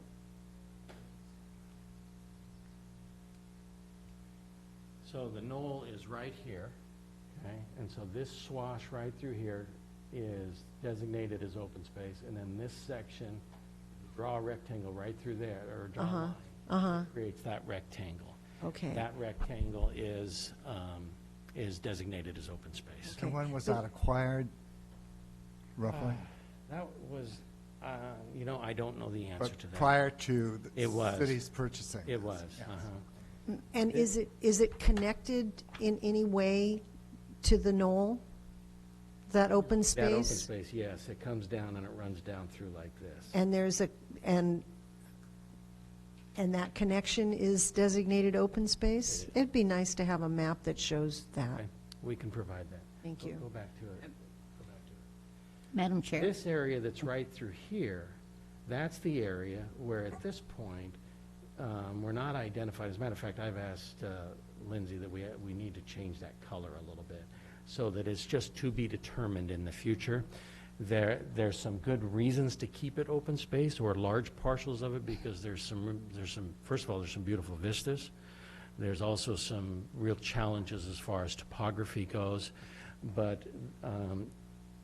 all of this area will take many, many years to develop. And so in putting together this map, as the staff worked with the consultant, we just determined that it really wasn't necessary to deal with that at this point. Okay. But we don't want to give people the false idea that that all is going to be future open space. It could, but that's to be determined at a later date. Be nice to make it a different color then, because visually that looks like a great big park. It does. It does. Madam Chair, Yes. I was here when we did this PUD, and the reason 56 acres is open is because the forestry department manager sat in front of us and said that 56 acres at the top is part of the experimental forest, and that any time he wanted to, he could take that away from us. Okay. So we agreed that we would keep it open space, and he agreed he'd keep his taking it away from us at bay. And at one time, there was going to be an interesting three-way swap about land that we wanted, land that we wanted to develop, or land that we wanted to preserve along Schooner Creek, and land that somebody wanted to cut in the forest department, but it never went through. Forest department reneged. Thank you. Appreciate that. So, one of the things about the ordinance that's before you that I wanted to just really kind of make clear, especially as you have been discussing comprehensive plan maps versus zoning maps, this is very much a comprehensive plan map. In the report that Lindsay put together, it does talk about housing styles and things like that. All of that will eventually come out as zones are created. But for the time period, what you're talking about is that this is, these are essentially sets out the densities that you would have in this development. You'd have rural density, lower density, medium density, and then the red is the mixed use. Yes, sir. Where is the parcel to the west of the knoll that's slotted for development? Right there. Is it in green? No. On this map, it is shown in green. This is the comprehensive future land use map that is proposed with the ordinance. And as you can see, it does not have a designation of open space, but that was put in per our last conversation. Now, one of the things to note is that there are two maps. Lindsay will go into this in much greater detail. One, as I mentioned, is a comprehensive plan type map that just deals with the densities. This one designates that there are two types of designations or uses. One is a mixed use commercial, and the other is, and the rest of it is mixed use residential. That gives us more flexibility within looking at topography, looking at what the housing types and what goes where and what doesn't. The other one really dictates the density that you would have, okay? So some of the other history that I needed to bring up a little bit tonight is that the city is currently and actively working with property developers to develop this. Go back to that other map. For those of you that are familiar with what's called the Fernwood area, that's this area right here. We are currently working with a residential developer for this property. And this red area, not the parts on the outside of this road, but the inside, we are currently working with a commercial developer on that property. And as I mentioned, it is the intent of the city to develop these properties if in accordance with the plan, with the comprehensive plan that you recommend and the city council ultimately approves. Now there is one other provision. There is one provision that I wanted to bring up specifically, and it's a ratio. This is designated to be, as the area within the red is designated to be a recreational resort mixed use zone. And it has a ratio that says for each acre that is developed, the developer has to give 1.5 acres to the city. Now, I'm going to be the developer now as the city's representative, since we are the owners of the property. That means if you were to spread that whole property, if we had the opportunity to spread that whole red area throughout the whole property, we would be giving to the city $7.5 million worth of property at $35,000 an acre. Okay, now when Lindsay developed this, she was looking back to say, this is the amount of commercial area we wanted to designate, and to do so, we designated this much property, I think it was 22 acres to 35 acres, to be open space. And so the ordinance was designed to meet that. But the ordinance doesn't just look back, it looks forward as well. And it's also not a zone that's just limited to this area. It could be applied in other areas if as one of our regular zones of the city. And the problem that creates is you're never going to get anybody who's going to give you an acre and a half property for an acre worth of development. That zone will just never happen because the price is too high. And so as you consider this, please consider making a change on that. I probably would not put it in as a ratio of 1-to-1, or I'd probably put a percentage, some type of that if you're going to do this zone, you're going to have to dedicate a certain percentage of that to open space. But the ratio of 1.5 to 1 is just, I've never seen that in any community. It's just too high. It's too much that you're asking of a developer, and that zone will never happen anywhere else. So, do you have any question? Yeah, one final bit of information as you look at the timing of this. The city has reached the same point where we were in 2008, or just before the 2008 housing fall. And in our best years, we were developing about 60 to 80 homes per year for the entire city. So when we look at the growth of this is many years down the road for the completion of this project. It's not something that's going to happen in a very short period of time, but we will be watching the development of this for many years. One of the things that the city is considering as we're developing is that we know we have gone into competition with other developers, and we have some advantages, such as tax advantages, that developers have. So it's something we're very sensitive to. We do not want to harm any of our other developers. And so that's dictating a lot about the pace that we're going, as well as the market and what we think can happen with that. All of the development that we will do with this will be with partners. We are really good bureaucrats. We're very good at government stuff, but we are not developers, and nor should we risk the taxpayers' money by trying to assume the risk of developers. So all of the projects that we will be doing in this will be working with private developers and partnering with them. Do you have any questions of me? I have a comment, actually a challenge to you. I guess I want you to put your developer hat on for a moment. You know, this is a huge opportunity for the city. And it's an area that, in my mind, defines what Lincoln City should be about. It is forest to the sea, essentially.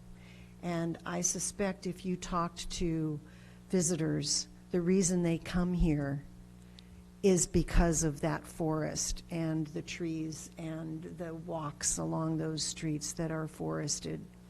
It's difficult for a developer to attach an economic value to that.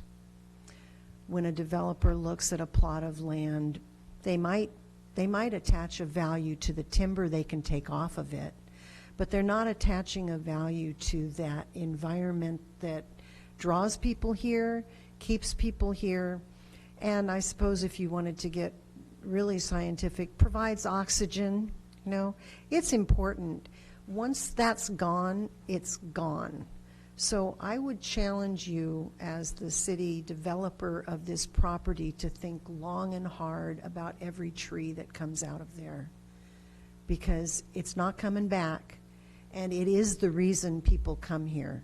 So if the real interest is in maintaining a tourist base, that has to be on the top of the list. That's fair enough. Okay. The original development plan that we're operating under now has some quite extensive environmental aspects, trees, so forth. I can speak on behalf of my employers that that is of their interest in doing that. And so that it's a good challenge. We'll take that on. Well, it's one of the reasons I asked for the connectivity to that open space to the knoll, because if the wildlife does not have connective corridors, those open spaces are not going to be utilized by wildlife. And that, again, is something that should be really important to us, particularly given our proximity to the Salmon River and the watershed, and the fact that we are in a UNESCO biosphere. You know, there's another interesting part of this, and the way this was designed by the consultants. Although these roads are approximate locations, they're not specific locations. What they are trying, the intent is also to try to create and maintain the view corridors. Sure. Out Yeah, to I the remember beach. And that so from that's his another presentation. That's another goal that we have with this. And there is one other thing I forgot to mention. I mentioned that we 20% of the cost of this came from our affordable housing funds. Right. That is our goal on affordable housing. That's what Allison Robertson, who is our property manager for the city, is negotiating and working with the developers, and that we will meet that 20% goal. Can we for increase housing. it? Pardon me? Can we increase it? We can. We can. Some of it is looking at what is the profit. The developer still has to make a profit. Right. And so we want them to be able to make a profit. So we've set the minimum to be 20%. Okay. I have a Yes, quick Marie. question. You were mentioning a percentage instead of the 1 to 1.5 acres. Mhm. Do you have an idea or a suggested percentage? I don't, other than the ones that I'm most familiar with are going to be less than 20%. Comments? Anyone else? Questions for Ron? Thank you for the May I history just add lesson. one other thing Sure. in with this as well? Just a little bit of the financial gain for the city and as you consider open space. The city, we're very unique amongst cities because we have a lot of open space. And we're very blessed and fortunate with the amount, Spyglass, Agnes Creek, all of those, that we have a lot. One of the questions that we have been dealing with is that we know we're going to get more than $2.5 million in return from this over time. So we've asked ourselves the question, what are we going to do with the money? Now, the easy thing to do is to just use it on a project. A road needs to be repaired, a water line needs to be built, whatever it may be. The proposal that the staff is currently making, and it's in its infancy, but that's that it almost become the funds become almost like an endowment fund, and that it gets invested, and that the interest that earns off of it, 20% of it or so would go back into increasing the principal.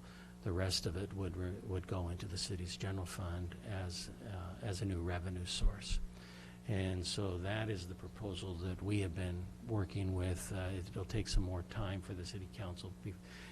Sometime between now and when our first development goes through, we'll have that put together. But the recommendation that I'm going to be giving the city council is that they don't squander an opportunity to hedge against inflation by creating what is, like I said, almost an endowment fund for the city. Interesting idea. Okay. It's all yours. Thank you. We'll fade into the background. Let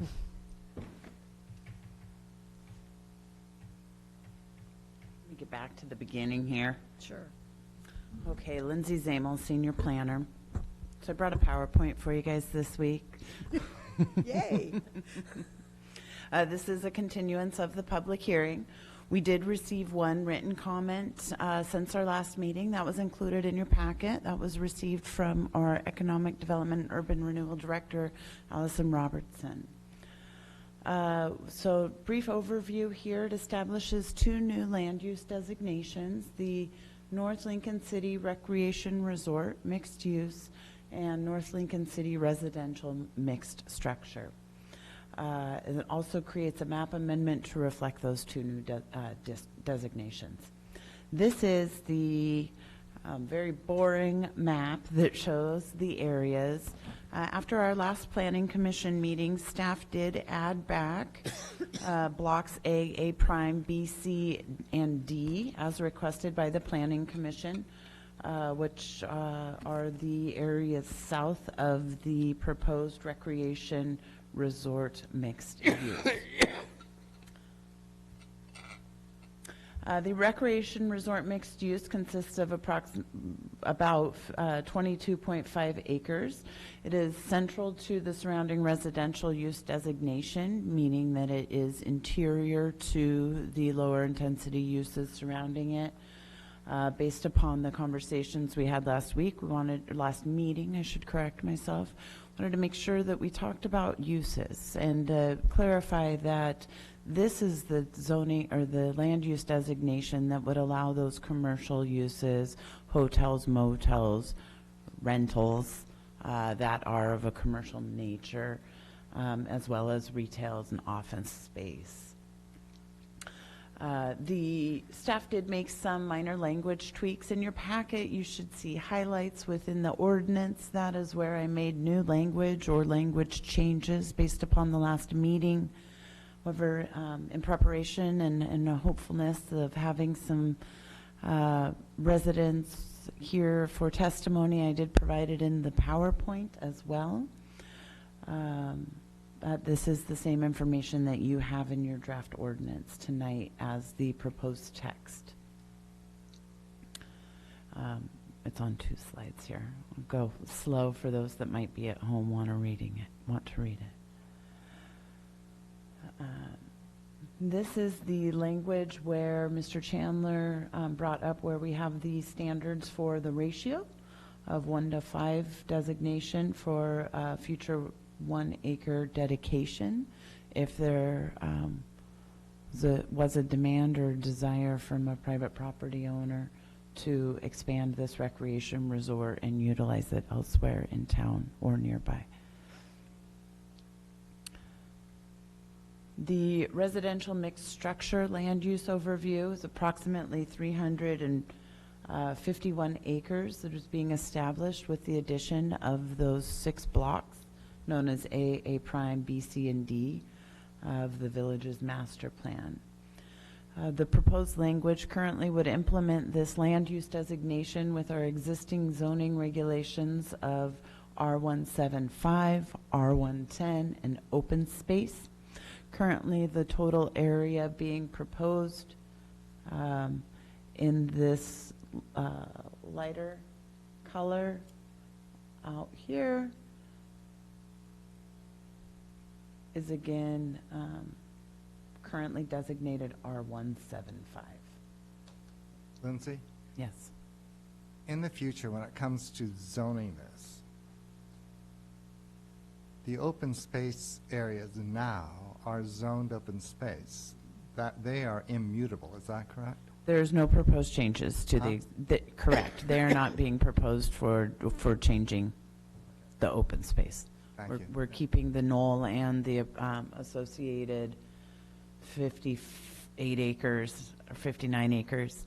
That is northeast of the knoll as open space.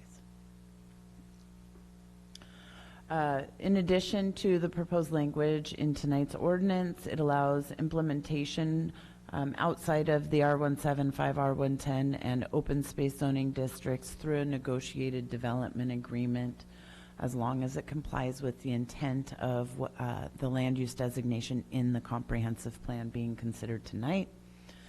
In addition to staff changes, there was a bullet I missed on this. The previous ordinance listed 30% preserved for affordable workforce housing based upon the comments received and the information on funding of the purchase.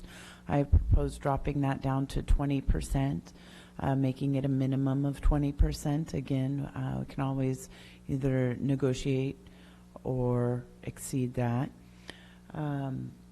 and that would be specific to anywhere from 80% to 125% of the median family income for Lincoln City. The 125% is an increase from the proposed language that was at your last meeting of 120%. Yeah. I would just want to be clear on those. It's a bullet that's not on this PowerPoint slide right now. The uses for the residential mixed structure is primarily residential, not commercial uses.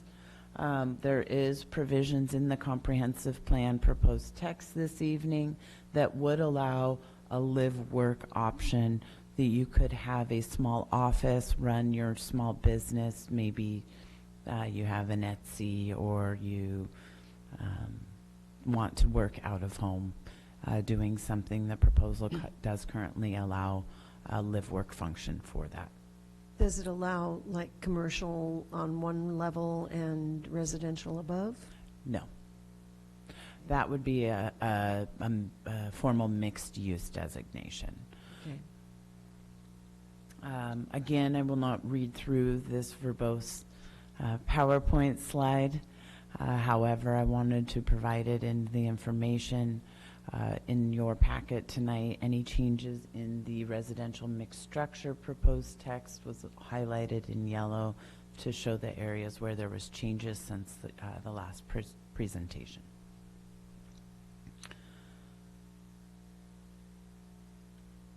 Will you go back to that last slide, please? Yeah. So in this section, I think I made a comment last time, and I am going to make it again, that I'd like to see this language strengthened. I'd like the buffers to be defined in some, dare I say, scientific manner, acknowledging the specific species that we're trying to buffer protection for, and also an inclusion of, you have the corridors preserved, improved, and dedicated with. Okay, so the corridors are in there. Steve, did you have a comment? Yeah, on I this? mean, I would like to enforce that, yeah, we need to define adequate buffers around these sensitive areas that will preserve and protect the species that live in the streams. Because, for example, I don't know if these are salmon migrating streams, but if they are, and we limit the buffers, as I'm sure you know, cut them down, the streams are going to heat up, and they're not going to be suitable habitat for salmon. So I think we really need to get the scientific evidence to make sure that the buffers that are created really preserve and protect the natural habitat.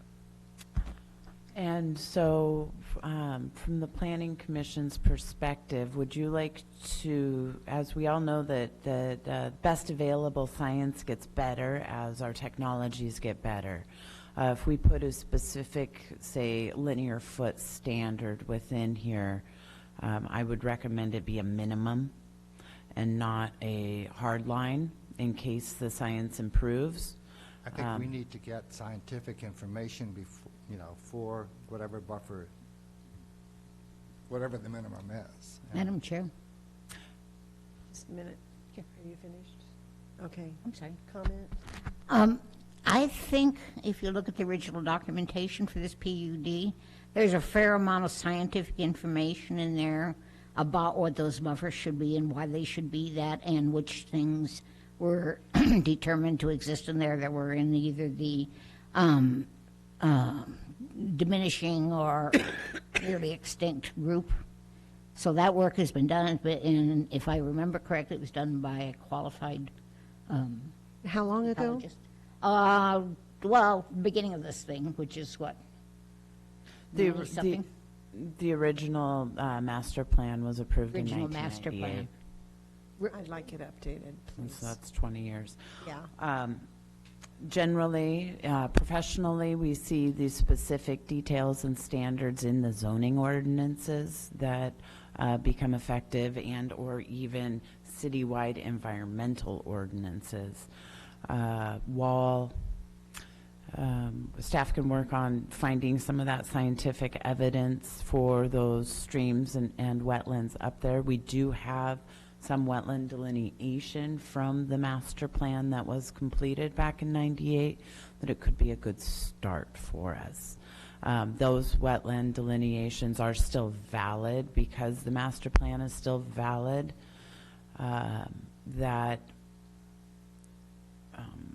I would argue that those wetland delineations are not still valid according to the Federal Clean Water Act.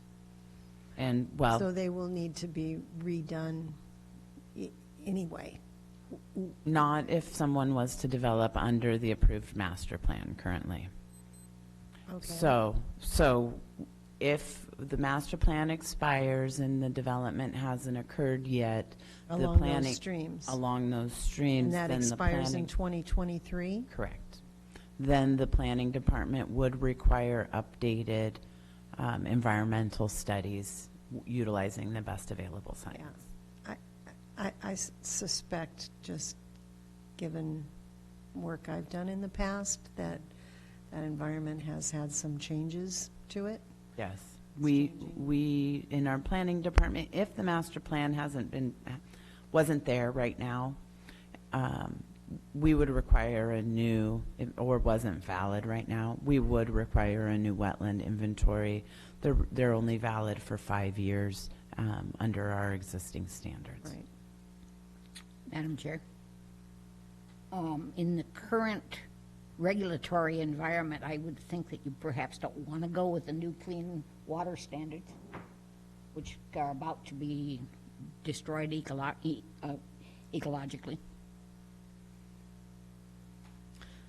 Madam Chair? Yes. Anne Marie? I just wanted to echo what Lindsay said about, from a professional planning standpoint perspective, that typically the details and the specifics of the size of the buffers are given in the zoning ordinance rather than in the comprehensive plan.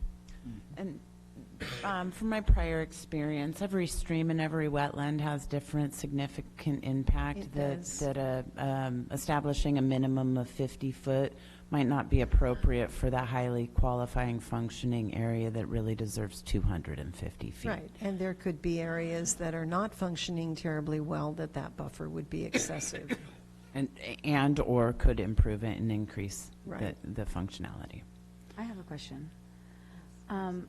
So when all of this is done and there is a buffer that is recommended in the zoning, I'm pretty sure I'm familiar with seeing development agreements that are able to change this buffer and allow something of an average over the whole development area.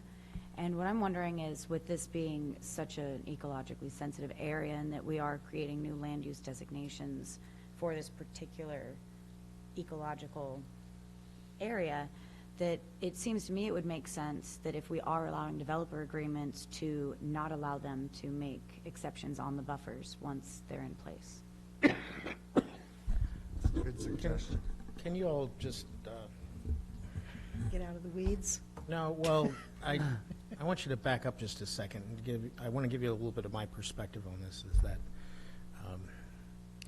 the proposed zoning, this recreation resort, the centerpiece, right, of this, there's 2 zones, would allow some desirable uses, commercial amusement type uses, and it's implemented with a development agreement which could allow further flexibility in the standards. Okay, that's a pretty good deal.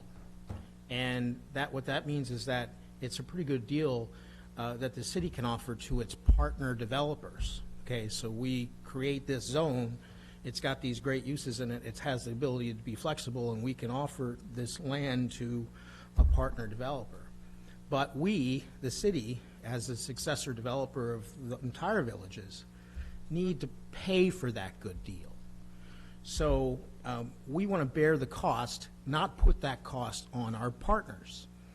So that's why the price to obtain this zoning, this land use designation, this RRMU, was to set aside 1.5, or 1.5 times as much land in open space. And that's why before it was 30% of your property had to be set aside. So we would take on ourselves, the city would pay the price to give a smaller portion of the site more flexibility and make it developable. What we're trying to do is get economic development here, and by eliminating and taking on ourselves, because we have the property to do it. So to your thought that, well, what about these buffers? We shouldn't allow the developer to vary the buffers. Well, we don't want to sell them, a partner developer or anybody out there, a pod of land that's burdened with, buffers. With ecological preservation. Yes, we we do. want to sell them the property that's in between the buffers and the property that's outside of the buffers, and not with the wetlands. We want to look on the map and look at, the first thing you do in development is look at what's there, and you draw buffers around the wetlands, and you draw buffers around the uplands you want to keep, and you look at the wildlife corridors, and then you have basically spots that you can convey where a development can occur. And so when you think about this, think about the city takes on the burden of preserving all the wetlands and the wildlife corridors on the larger site. And that's where that 30% came from, and the 1.5% came from. We were going to do better. like that. We were going to do better than your average developer. Yes. And in order to give the maximum flexibility to our partners so that they wouldn't have to when they come in and they buy those discrete phases. So that was the idea behind this. So I understand, Well, the city should set aside all the buffers, but we should do that as the cost of creating this great zone or land use designation. Okay, respond. So I think there are a lot of options for developers, and I'm sure there's developers out there that do value or would value the opportunity to develop in such a unique ecological area. And maybe if the partners that are being talked to right now aren't as concerned about the environment, maybe we should open up the conversation to people who are willing to think outside the box with new, maybe more affordable ways to develop that haven't been considered before. Yeah, I think, I want to say that our partners wouldn't be completely free of cost. I think that any partner we have that's in this land use designation should financially contribute to the maintenance of the common areas, the removal of exotic invasive species from the knoll and those kind of things. Those are things that should be shared by the members of the community, and you use homeowners associations and those kind of organizations or agreements to do that. But they don't have to actually own the wetland buffers. They just own the land in between the wetlands and the uplands that we want to set aside. Madam Chair? So just a moment. So do we have are we at some point going to see this type of approach where the city says we're going to bear the cost by protecting these particular areas? I believe that what we've proposed here in saying we're taking the knoll dedication and we're not just saying that gets thrown away. We've incorporated that into part of the consideration for this. Okay, that's the knoll. Yeah. But There's more to the villages than the knoll, and, if there's other parts of the villages that are gonna get set aside, that's something that we need to make sure happens. yeah, and I guess my question is when do we make sure that happens? This So is that would the be, process. that could be part of your recommendation. If you think more than, Mr. Chandler said, he didn't agree to the 1.5. I have the opposite view. I think 1.5 isn't enough. I think I came up with the 30% figure that we had in the last draft. So, and that's because I see that as the city is the developer. We're not imposing those costs Right. on our partners. We're bearing the Going to costs absorb those. in order to justify giving our partners such a good deal. Right. So I think a larger percentage is fine. Okay. Uh-oh. Yes, Ron? Well, If I'm- well, he's coming up here. Can I make a ask a question? If I may make a point, though, just like as I presented in your draft recommendation in your packet tonight, where at the last meeting, the Planning Commission had requested that the 7.8 acres that is east of the knoll be requested to be moved into open space. The recommendation to City Council could also be updated to include that the streams and their associated buffers would be as well. Okay. Ron? I just want to point out the financial aspect of what you're talking about. That means for every $30,000 of property you develop, you're going to give up $50,000, Yes. okay? Yes. That's what that means. And Yes. that means those are taxpayer funds that you're talking about. Those are future dollar funds that you're talking about, and that should be considered. Also, you should point out that in that zone, there's nothing with that, there's nothing that the city has to give to meet that 1.5 requirement because we've already done it. We gave the knoll. There's nothing in that 1.5 that says we're going to preserve wetlands or stream corridors or anything else because we've already given the 1.5. What you're really talking about is future development elsewhere in the city. And if you ever want to use this zone, it's too high. This zone will never be used. You'll never get a developer that will use this zone if they have to give up $50,000 for every $30,000 they invest. That's okay if you want that. You just need to know that it will never be used. I disagree with that. I think that you will, because I think that people are more and more interested in preserving the finite qualities in areas that are no more. So, yeah, the city, and again, that was my challenge, Ron, was that you need to look at it besides the tax base. You need to look at it at what are the other more difficult to measure benefits of preserving the forest to the sea. But speaking of this property, I don't need the zone to do that because the city has already given the 1.5 acres of property for the zone, for that commercial zone, for that. Okay, So to what I would accomplish hate to accomplish what you're talking about, that provision will not do it. It's something else that will have to be done, whether it's a new agreement that we have, whether it's sticking with the old agreement that we have, whether it's negotiating. I also am not in agreement that the city should be bearing the cost that may rightfully be borne by the developer. I have a question about the knoll. So no open space bond funds were used to purchase any percentage of the knoll? I'd have to check on that. I don't remember that. The one that I get asked mostly about is affordable housing, but I'd have to check on that. There was, again, we wanted to buy the knoll, and I think we'd offered $1.5 million for the knoll, and we were turned down. And then a couple years went by, and then the FDIC foreclosure came about, and we ended up picking up the whole thing for $2.5 million. Yes, open space funds were used, and in part, that is the basis for the amount of acreage that was set aside for the knoll. Madam Chair? Yes. Okay.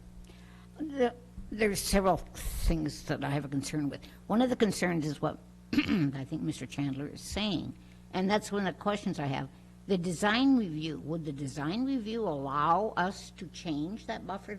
No, not allow the Planning Commission. Allow the staff to allow people to change that buffer? Are you referring to a development agreement? See. Yeah. Development agreements are negotiated. There is state law specific to some goals in regards to critical areas and their such. It would really depend on the specific stream or water body on the valuation of that. Currently, up to 50 cubic yards of a wetland can be filled under state law. Mm-hmm. And so the development agreements, development agreements have to meet the intent of what's in the comprehensive plan.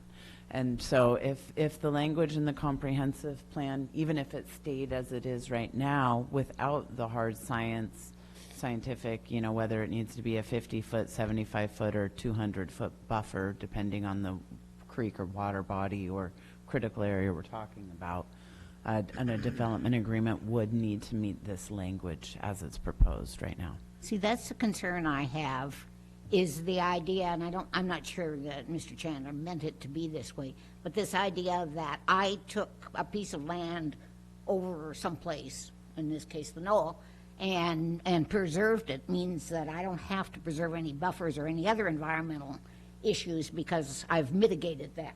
Mitigation is a word that is frequently used for this type of thing and doesn't work. Mitigation is simply, I take really good land and develop it, and I give you a bunch of lousy land and call it a wetland. What we need to protect in there, and I agree with the chair, is the buffers around the streams and the wetlands that make this a unique eco-setting, rather than just protect 2 acres over here and 4 acres over there and let them do anything they want with the rest of it. And that was the intent of the original PUD. It had very stringent ecological requirements in it just for that purpose. Okay. Would you like me to continue? Okay. So wrapping up with the residential mixed structure text, in addition, in the ordinance, we have an exhibit that shows the concept future zoning areas. We have identified one distinct area for the implementation of the recreation resort designation. That is shown in the brick red on the screen. There are 4 distinct areas for the implementation of the residential mixed structure designation. Currently, we have middle density, lower density, rural density, and then parks and open space as shown on this map. As Mr. Chandler briefly discussed at the beginning of our discussion this evening on this item, this is the areas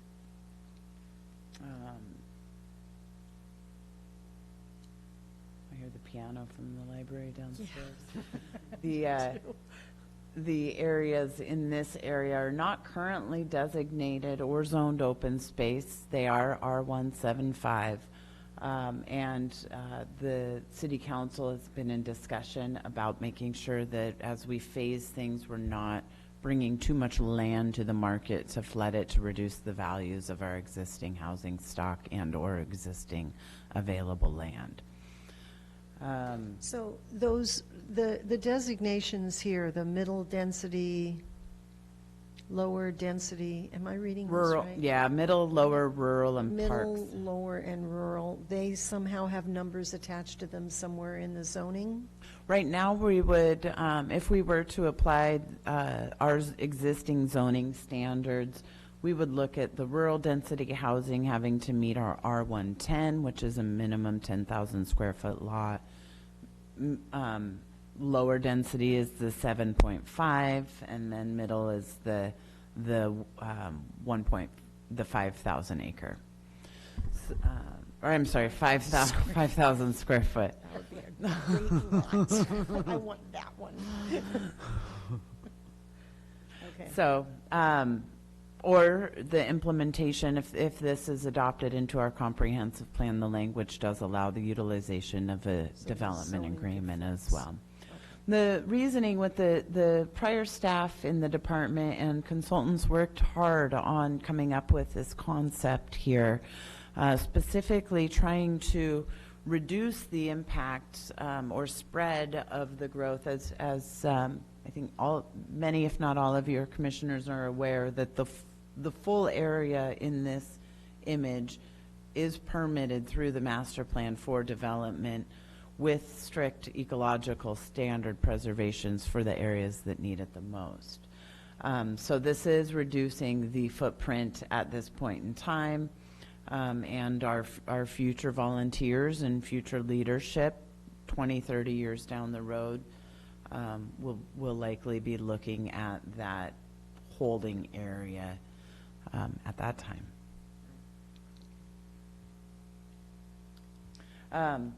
The roadways, in addition to the prior staff and consultants, they really worked on establishing vista points from the commercial center and kind of people gathering, living room space of this area to make sure that we take advantage of those viewpoints down towards the Pacific Ocean as you have a benefit with the topography. And then there's small walks, alleys, some narrow roadway designs proposed and shown here that can increase circulation and pedestrian mobility as well as non-motorized mobility. Other methods of non-motorized, like one wheels. I guess that's motorized. The criteria for approval this evening goes back to the state goals, the city's comprehensive goals, and meeting the transportation goals of the ORS 660. Staff did work diligently on updating those findings, those draft findings as proposed as they were a part of the conversation and discussion last meeting again. And those are included in your packet this evening. Questions for the commissioners as raised by Mr. Chandler. The recreation resort designation requires for any future additional lands beyond the proposed 22.5 acres tonight to designate a ratio of 1.5 to 1 acres for preservation of critical and ecologically sensitive lands. This ratio and requirement will create limited future use of the designation, and staff questions whether the commission wishes to make changes to the proposal to increase the potential for future expansion to other areas of town.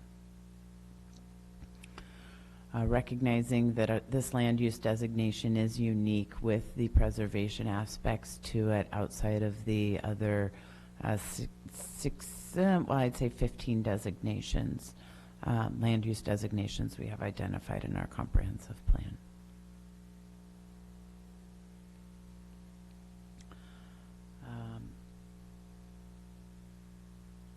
This slide is incorrect because I remembered I did get an email after September 3rd, which is included in your packet.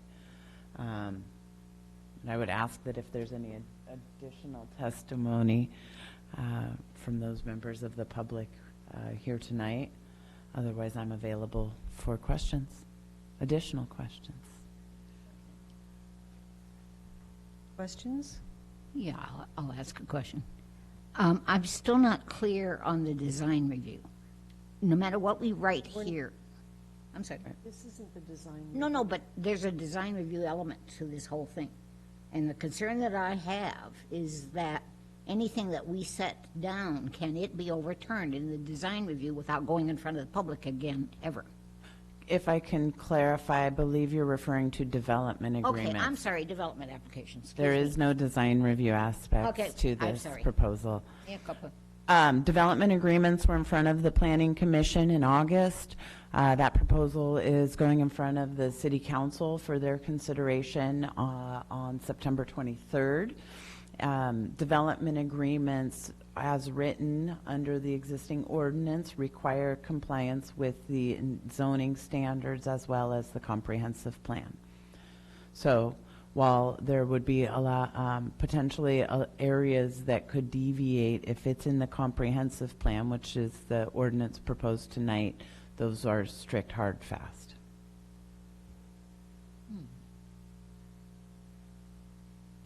Other questions?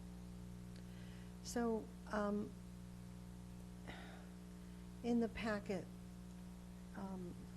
you know me, I'm editing all the time, and there's still some confusion, but I'm not sure that it makes sense to spend a lot of time going through the parts that aren't specific to the ordinance. Would you agree with that? I would agree. So the ordinance starts on packet page, Oh, I would make one comment. There are a couple of maps that are thrown in here that were sort of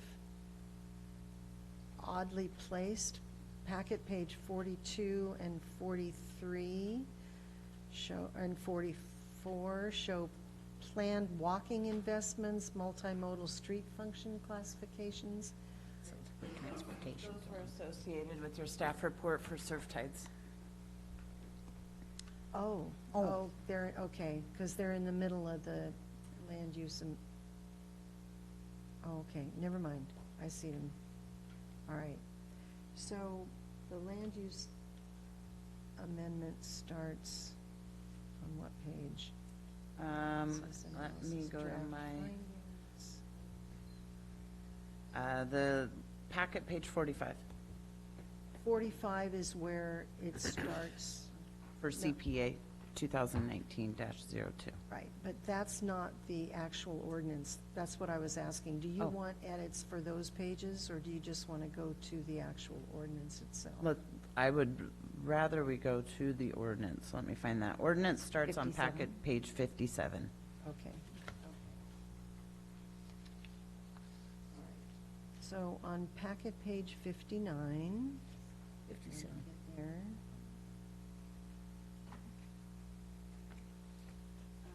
Line 17.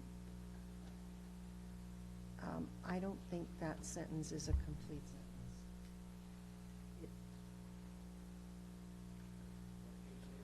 I'm on packet page 59. 59, line 17.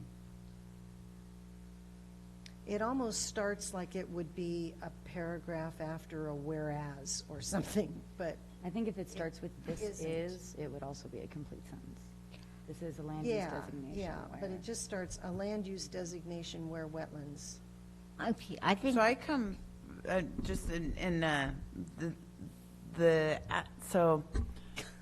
I come from the world of drafting goals and policies. The most comprehensive plans that I work in don't have extensive paragraph approaches for those. And so I see the issue with drafting the direct, short, sweet goal and then the desire to request a complete sentence.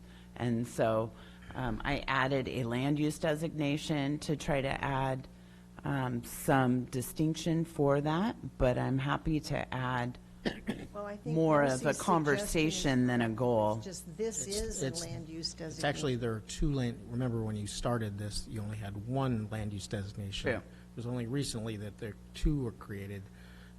So this still Originally- refers to, no, there's two land use designations that want wetlands and streams and corridors preserved. So it's both of them, they're both in the North Lincoln, but there's the North Lincoln mixed, resort, and then there's the North Lincoln mixed residential. So Okay. you have two that I appreciate the universe you come from, but I'm thinking about ease of understanding these for the general public when they read them and try to understand. And I think perhaps if that were made into a more conversational, complete sentence, it might be easier.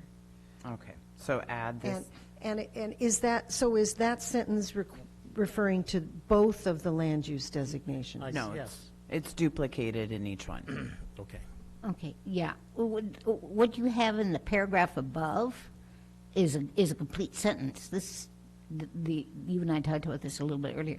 Road and streets and dedication shall honor, shall is the verb. A land use destination, okay, or this is the verb. That's what's kind of missing there, is that the verb that makes it a true sentence. So it's just basically this designation or This the is. residential mixed structure or Yeah. the resort. Yeah, this is a land designation where, or we plan to have a land designation where, or whatever. It's just where it makes more sense. So I would duplicate then the edit on line item 17, packet page 59, and also duplicate it on line 12 of packet page Yes. 60. Yes. Yes. And also line 4 of packet page 60. Yeah. I'm sorry, hold on. And that line 4 talks about a designation where roadways and street, so you have the same issue there. Right. I know, I'm gonna And get up I guess that here. you'd have the same issue on line 9 of the prior page to packet 59.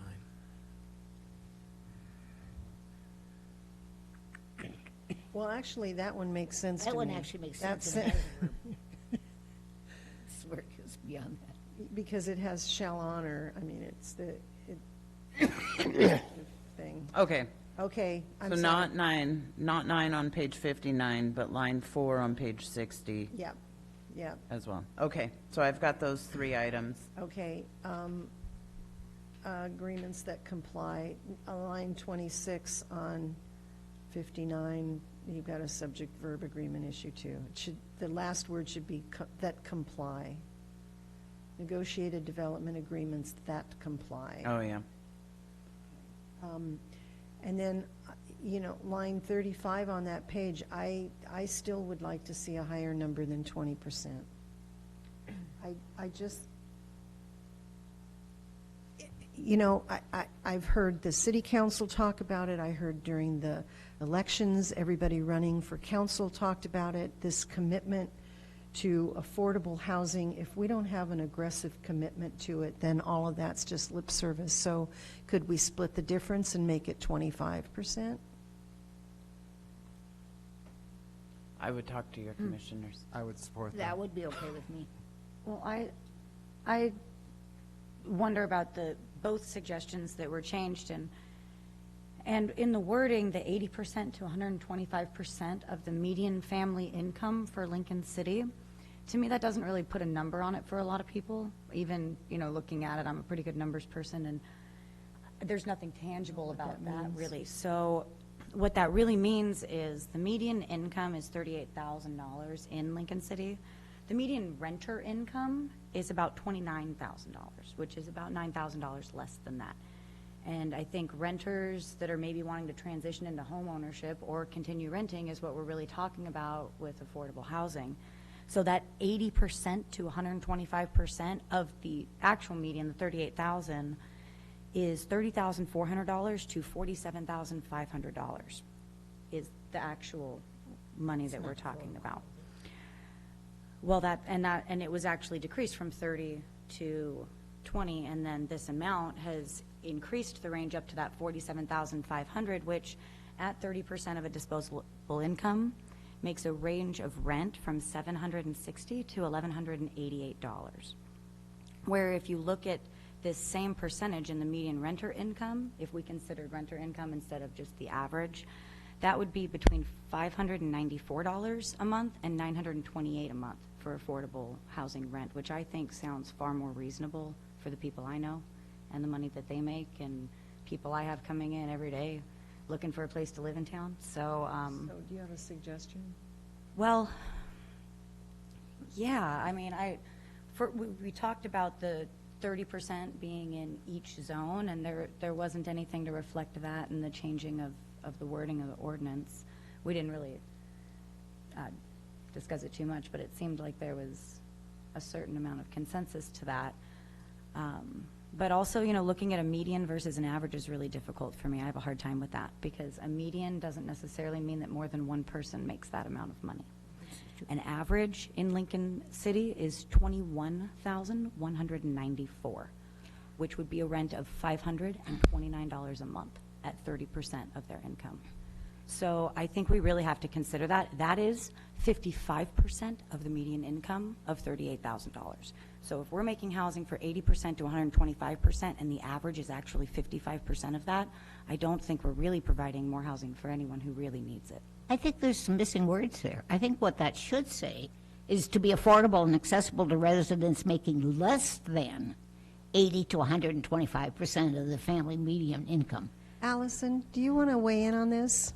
Well, no, I'm not talking Since about I the think numbers. I'm some talking of- about the actual language, because what this says is I that understand, but Allison wrote the letter about this, and I Thank think you. she can clarify quickly. Sorry to interrupt in No, your no, no, it's deliberations. good. We need your clarification here. I realized as Lindsay was talking about the bracket in my email about 80 to 125%, I think that in hindsight I probably would have said no greater than 125%, which means that it would allow the developers to decide how much subsidy they can attain in order to get to a deeper affordability down to whatever income they can. So I personally, professionally, would say that if you set an upper limit, which in most of our conversations about affordable housing has been up to 120%, there have been conversations with other cities on the coast that it really should probably be 123%, that incomes are not keeping pace with the cost of housing. And so I felt like it was a good recommendation to say up to 125%, even though the Lincoln Community Land Trust, which is now Proud Ground, has the 60 to 120% of area median income for Lincoln City. The more narrow we get into definitions of affordable housing, the less flexibility we have with developers. And in some cases, it makes things not pencil, or it makes things requiring a greater amount of public subsidy that may not be politically palatable, which means we might not get anything. We may not get any development, let alone affordable development. I completely understand the importance of making sure that this area develops in a wise way that meets the needs of the city. I also want to say that there's no one project that is going to solve our affordable housing crisis. There's also not one part of town that can absorb all of the burden of meeting the needs for affordable housing. It's a tough topic. Each affordable unit has to be subsidized by someone, whether it be the developer or the public or a nonprofit or a grant provider, the state, the feds. Subsidy has to come from somewhere. And if we are not recouping our investment on the purchase of this property, we won't have an opportunity to buy additional land that makes more sense to have affordable housing located on it, or incentivize developers to do mixed income. So, there's that balance between making sure that we are being financially responsible with our property transactions while we are finding the right partners that are developing environmentally sensitive, more mindful, higher density, affordable housing. So I apologize for rambling. It's a passionate issue for me. It's we all live here and care about making sure that we have balanced development. So again, I think what I would suggest is having a cap of 125% to meet the affordability requirement. I would go with 20% of the unit count as affordable, but say that as a minimum. It's possible that a developer comes and says, hey, I just got this huge grant and I want to make more units available, or I want to make this many units rental affordable and this many home ownership affordable. And there's, again, we're not developers. We don't want to be developers. We want to have reliable partners who have proven track records, who have done these kinds of projects, and then help supplement where they're not able to deliver because the market just won't get them there. So the language currently says provide a minimum of 20%. So that's one of your, I would be comfortable with that because it allows for greater affordability, but requires a minimum that responds to the purchase. The purchase also, the monies came from the Workforce Affordable Housing Fund. I know that there are people in all income brackets that are considered workforce in this community, but in the conversations we've had at policy level about meeting workforce income brackets, it's usually been the 60 to 120%. Okay. So when we used workforce housing funds, I was speaking directly to that 60 to 120, which I think should be 125. So then it goes on to say units to be affordable and accessible to residents making, and you would change that bracketing to a no more than 125%. No more than 125%. Okay. And then could you speak to to Marcy's concern about using median versus average. Yeah. There are so many ways to define affordability, and this is, you know, the federal government talks about area median income. There's also median family income.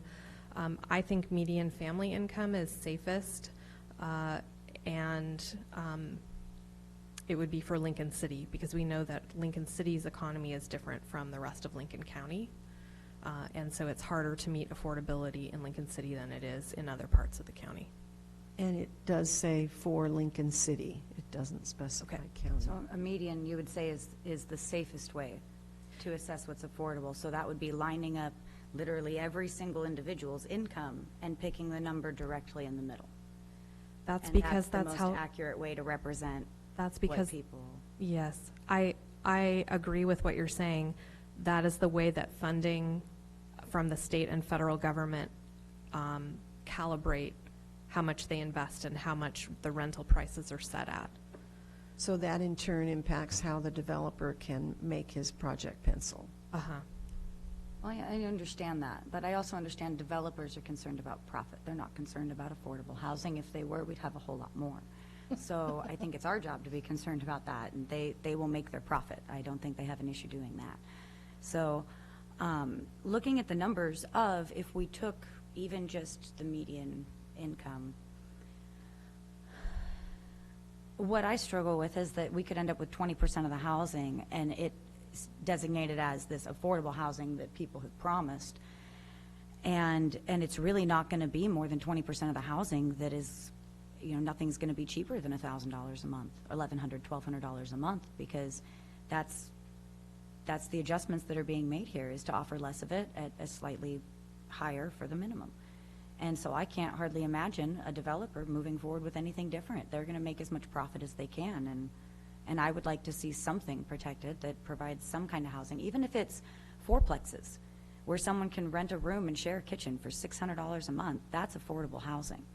You know, there are people that need that, and there's no guarantee anything like that would be created in this area, and I think that that's what some people have in mind and some people might be expecting. So. The city council would be the body who would make decisions about how and when those future parcels are developed and what the criteria are based on our housing needs assessment, our economic opportunities analysis, based on whatever those council goals are. And if that were the situation where they said, we want to increase affordability for this particular parcel, because guess what, it hasn't happened in other parts of the city, we need to, you know, do that in this part of town, then it would be up to the city council to say, we want to make this parcel available, we need to find a developer who will deliver this outcome, and through development agreement, those requirements would be set. Right, I so don't it know would be that it should be- negotiated by the council through development agreements Yes. on a site-specific basis. Yes, and because this is such a long-range Yeah. amount of acreage that would develop over time, we don't want to be overly competitive with the existing private sector market. There's all kinds of factors at play that I think, you know, it's easy to say be less restrictive, but it would allow for more flexibility, and these are our elected officials that our citizens are voting to make these decisions. So that would be my thought on that. Thank you, Allison. Thanks. Okay, we're there? All right.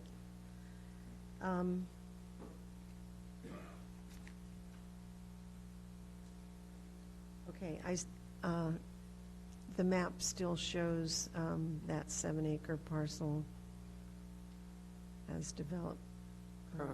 7.8-acre parcel north of the knoll. I'd still like to see that recommendation to the council that that be open space. That is in the proposed recommendation in your packet. Thank you. Let it be added. On page, packet page 65 has the draft final recommendation. It states here, the commission furthermore requests the city council direct staff to rezone the 7.84 acres of land located directly west of the knoll, as shown on Exhibit B of the ordinance, to the open space zoning district. Nice. And the only other request I have is that you do a new map that changes the color of all that green to something different so that the public doesn't see that and expect that everything north of that brick red commercial district all the way up to the edge is forest land. Okay, that might be a Open little more space. difficult since that consultant's contract has expired. I will see how I can update that map. Sandy May should need be to able be to. utilizing text Yeah, instead I of think graphics. Sandy can probably work magic. Okay. It's just if that gets out there and the public sees that, the perception is going to be that's all going to be green open space. And I don't want anybody to be disappointed and not clearly understand that a majority of that is also scheduled for development. Anybody else have any questions, concerns, additions, changes? Did you have anything? I was wondering if the commission wanted to make an motion based upon the information and the conversation I had tonight. A couple of things that I didn't hear the commission finalize was, Patty, you had brought up you would like to see a minimum of 20%? I'm sorry, increase and go from 20 to 25? I appreciate Allison's expertise on this, and she makes a good case that we could be making it more difficult, if not impossible, for developers to step in. So, I just had a comment on the live-work ratio. You had a Percentage? Yeah, you had a 20% of the residential structure to be utilized as workspace, and 80% for residential space. I know that our code in the home occupation accessory use sets that number at 25% of the ground floor. So to be consistent, you might want to make it 25%. But not require necessarily ground floor. It's up to you, but I just noticed the difference in the percentage. yeah, I would agree with that. And then the only other piece is the question of the 1.5 acres for every acre. The ratio, yeah, we haven't talked about that yet. Yeah, so how do we feel about that, Steve? I like it. You like it, the 1.5 acres for everyone. Others? Josh? I'm in agreement with the 1.5 acres. I think it's good to set aside that ground. Marie? Yeah, I think so. Miles? Marcy? Lenny? I think I'm persuaded by Mr. Chandler's, although I'd like to see a percentage, and I'd like to see that percentage suggested to be in the sensitive areas. I think 1.5 to 1 startled me too. Do we need a motion for that, or it sounds like 6 to 1, but Yeah, that's fine. I don't have a problem with that. Move to recommend with those changes. So we have, let me summarize the changes I do have and then we listed here. can wrap it up in one. Grammatical Quick corrections. before he gets back here. Yeah, grammatical corrections on line 17 and 26 of page 59 of the packet, on lines 12 and 4 of page 60 of the packet. Did the Planning Commission want to discuss and or take a straw poll on changing the language on page, sorry, where is it at here? Page 59 of the packet, stating that the 20% of the housing units to be affordable and accessible to residents making no less than 125% of the median family. Remove the bottom of the 80. I also know that Allison had brought up a 60%. Was it no less or up to? No think greater Oh, than. No greater. no more No than. greater than 125. Sorry, yeah, I was reversed on that. No more than 125%. Right. Does that practically make a difference? Well, it could bring it lower than 80. Right. It could. So it gives the developer more flexibility, or it gives the council more flexibility in negotiating development agreements. Makes sense. Everybody okay with that?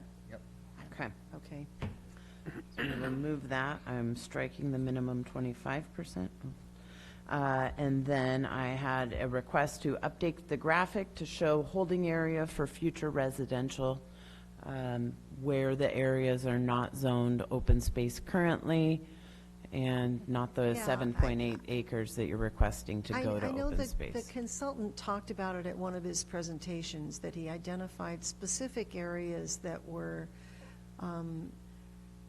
steep or had challenges to development, and I thought he had some sort of hatching over a part of the map or something, but I could be imagining that. But I know he did talk about making that sort of a secondary development I think it phase. needs to be very clear what portion of that is already and permanently designated open space as Yeah, opposed to yeah. what can be developed. I agree.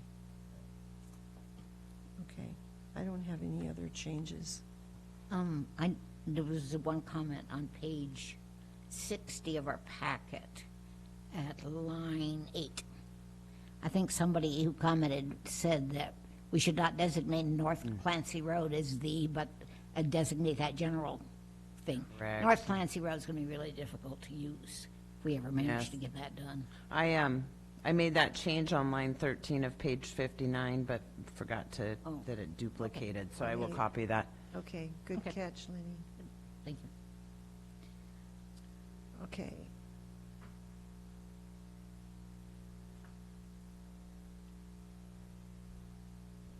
So if the planning commission wanted to move forward with recommendations to make these changes, staff can come back on October 1st with these edits done, and the commission could vote to move to recommend for approval. Okay, so Can't we're we in the do that middle of now? we're in the middle of a public hearing, right? Oh, This was a yes, continuation. sorry. So do we need to ask if anyone in the audience wants to talk? Half of the audience Comment, already you're has. good? Okay. And then, so do we want to, yes, Steve? I was saying, couldn't we make a recommendation of the city council tonight with those changes? I Then we would be don't have to come comfortable with back that. on October 1st with it. You could as well, yes. Yep, I suggest we do that. I'll second it. Well, you need Well, to you make. want, would may wanna want to close the close the public hearing. hearing. We need to first. close. I'm not making a motion, I just suggested that. Okay. So, Or I'm old. Older. do I have a motion to close the hearing Oh, and that's the right, we have to record? close. Make a motion to close the hearing Second. And the record? and the record. Second. All right, Marcy seconded. All in favor? Aye. Any opposed? No. Okay. So now, I would like to make a motion to recommend, Oh, I'm sorry. One other item that our legal counsel identified it, I would recommend that I make the adjustment that the live-work balance be increased to 25% of the structure, not 20%. oh, yeah, that's fine. yeah. So I move to recommend to CPA 2019-02 to the city council with the changes we recommended be made to the document this evening. I'll second that. All right. There's a motion and a second. All in favor? Do we Aye. need a, it's unanimous. I was going to ask if we needed a roll call, but we don't. We're just doing Not it. for the unanimous. That was unanimous, so It's If you've got unanimous. a That's why consensus, quit I while was you're thinking forward. It's, okay. All in favor? Aye. Any opposed? Okay. Would we have a motion to authorize the chair to sign the final recommendation this evening, knowing that staff will make those changes in advance? I would amend my second to allow that, if you'll amend your motion. I think we already voted on that motion. We so- already voted. You think Okay, it's so dead? they made the Okay. Oh, recommendation. no, we need a new motion is what I'm saying, to What- authorize. We need a new motion to allow me to sign a blank check. and let you. Well, it's not blank. No, I It's in the understand. packet. All right, so, do I have a motion to let me sign it? Sign the recommendation to the council, so that they can act on this at their I hearing. motion to allow the chair to sign the recommendation with the changes that we all have agreed upon tonight. I second it. Okay, all in favor? Aye. Any opposed? You just want me to do it before I leave town? You got me. I got it. Okay, the city council's going to hold a public hearing on this matter at some point, yes? Yes. That, This says September Well, it's- 23rd. It's currently advertised for the 23rd. it is currently advertised for September 23rd. We have requested planning, or city council to Continue it to. continue it to October 14th after the beginning of the next month. Okay. Okay, then. Where's my agenda? Do you have time to do design? Uh, We're Bylaws just gonna have get a- meeting. We're just going to get a... What? Oh, I was going to, Do you have something to say? Okay, so we moved the public hearing design review to old business, with it becoming just a presentation to the Planning Correct. Commission, correct? with recommendation, with staff's awareness of the time, almost being 9 PM, if the Planning Commission would so desire, I can electronically send you the PowerPoint presentation. I will be honest that it hasn't changed a lot from the initial presentation of the findings that the PAC received in May. But I can provide that draft PowerPoint for you so that you can prepare yourselves. We can make it available on the city website for the general public, and then continue. I will do the full presentation on October 15th, if you would like that. I have another. I'd love that. What about sending that to us, and then doing your presentation on October 1st, and having the public hearing on the 15th? Would that save time at all, or? Well, I do believe that it's a value for any residents or participants Prior or to the those public hearing. watching to have the Got it. staff report completed right before the hearing opens. Got it. Good point.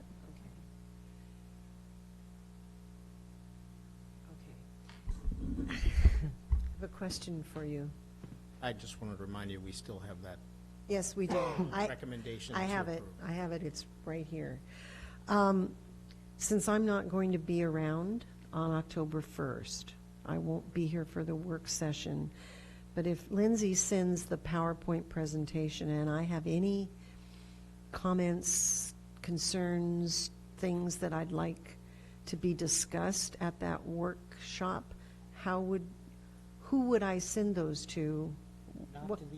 Not to the, I knew not to these people, but I'm I wondering. think if, with anything that staff gives you, if you want to write something, send it to staff, And and we write- can distribute what your thoughts are. Okay, all right, I can do that. Right. Okay, good. All right. So you're going to send it to us, and we're not going to see it tonight. I can, if the planning commission is okay We with would that, like you to do another that. amendment to the Yes, agenda. we would yeah, love you to yeah. do that. There is coffee and sugar. No, we would really like you to send it to us. Okay, so I will follow up with electronically sending you the PowerPoint that was prepared for this evening's public hearing. The public hearing has been postponed till October 15th. I want some clarification. Do we want a work study on design standards on October 1st on the agenda, or do we wait until we have our joint work study with City Council on October 7th? Were you going to do it on October 7th anyway? The work Well, study. design standards are on the October 7th work study. Design standards, mobile food units, and signs. So you're asking if this group wants to talk about it together before they sit down with the city council. Yeah, sure. Okay. So are you saying that they'll see the presentation twice? They'll see it on the 1st and the 7th? And then again on the 15th? Yeah, that's probably more times than one. The I design- was not planning on presenting the PowerPoint on the 1st. Yeah. I'm But- out on the 1st as well. Doesn't matter. Will we have a quorum on the 1st? Will you be here on the 1st? On the 1st? Oh, yeah. First, Okay. yes, you'll have a quorum. Okay. So we will have a work study on design standards on the 1st. Okay. I'll pare my 43-slide PowerPoint down to 5 for that Please. meeting. Good idea. Okay. Maybe you want to, when you send us the 43, put a star against the 5 that you think are really important. Just, Well, if you read the 410 pages, you've already did. been well He versed. did. Okay. All right. So can I place this final recommendation development agreement under old business? Let's do that. Yes. Okay, so now I think I have the right one. So this is ZOA 2019-07, which amends Title 17 zoning to add a new chapter 17.96 called Development Agreements to establish procedures and requirements for consideration and approval of statutory development agreements. The state of Oregon authorizes the use of development agreements under ORS 94.504 through ORS 94.528. No local ordinance is required to use this authority, although a local ordinance is expressly authorized. The proposed ordinance establishes procedures and requirements and tracks the statute in this regard. The ordinance authorizes adoption of a model agreement by resolution. And based on the evidence that was presented at the public hearing on August 20th to this commission, including the staff report, the Planning Commission recommended on a 5-0 vote that the City Council approve the draft ordinance as written. So I need a motion to Motion to approve the final order, final recommendation. final recommendation. Okay.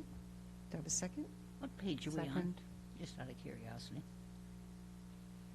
It is not in the packet because it was cut and pasted incorrectly. Okay. All right, so I have a motion. Did I get a second? All right, Second. Marie seconded it. All in favor? Aye. Abstain. Any opposed? And Lenny abstained. All right, so the final recommendation passed. Okay. New business? Don't you dare. No new business tonight. Good. Hey, good. Planning Commission training, informational, Get Ready Lincoln County.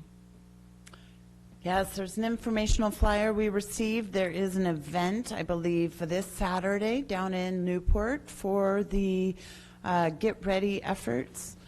This could assist you in planning for your own needs for emergency preparation of a future tsunami.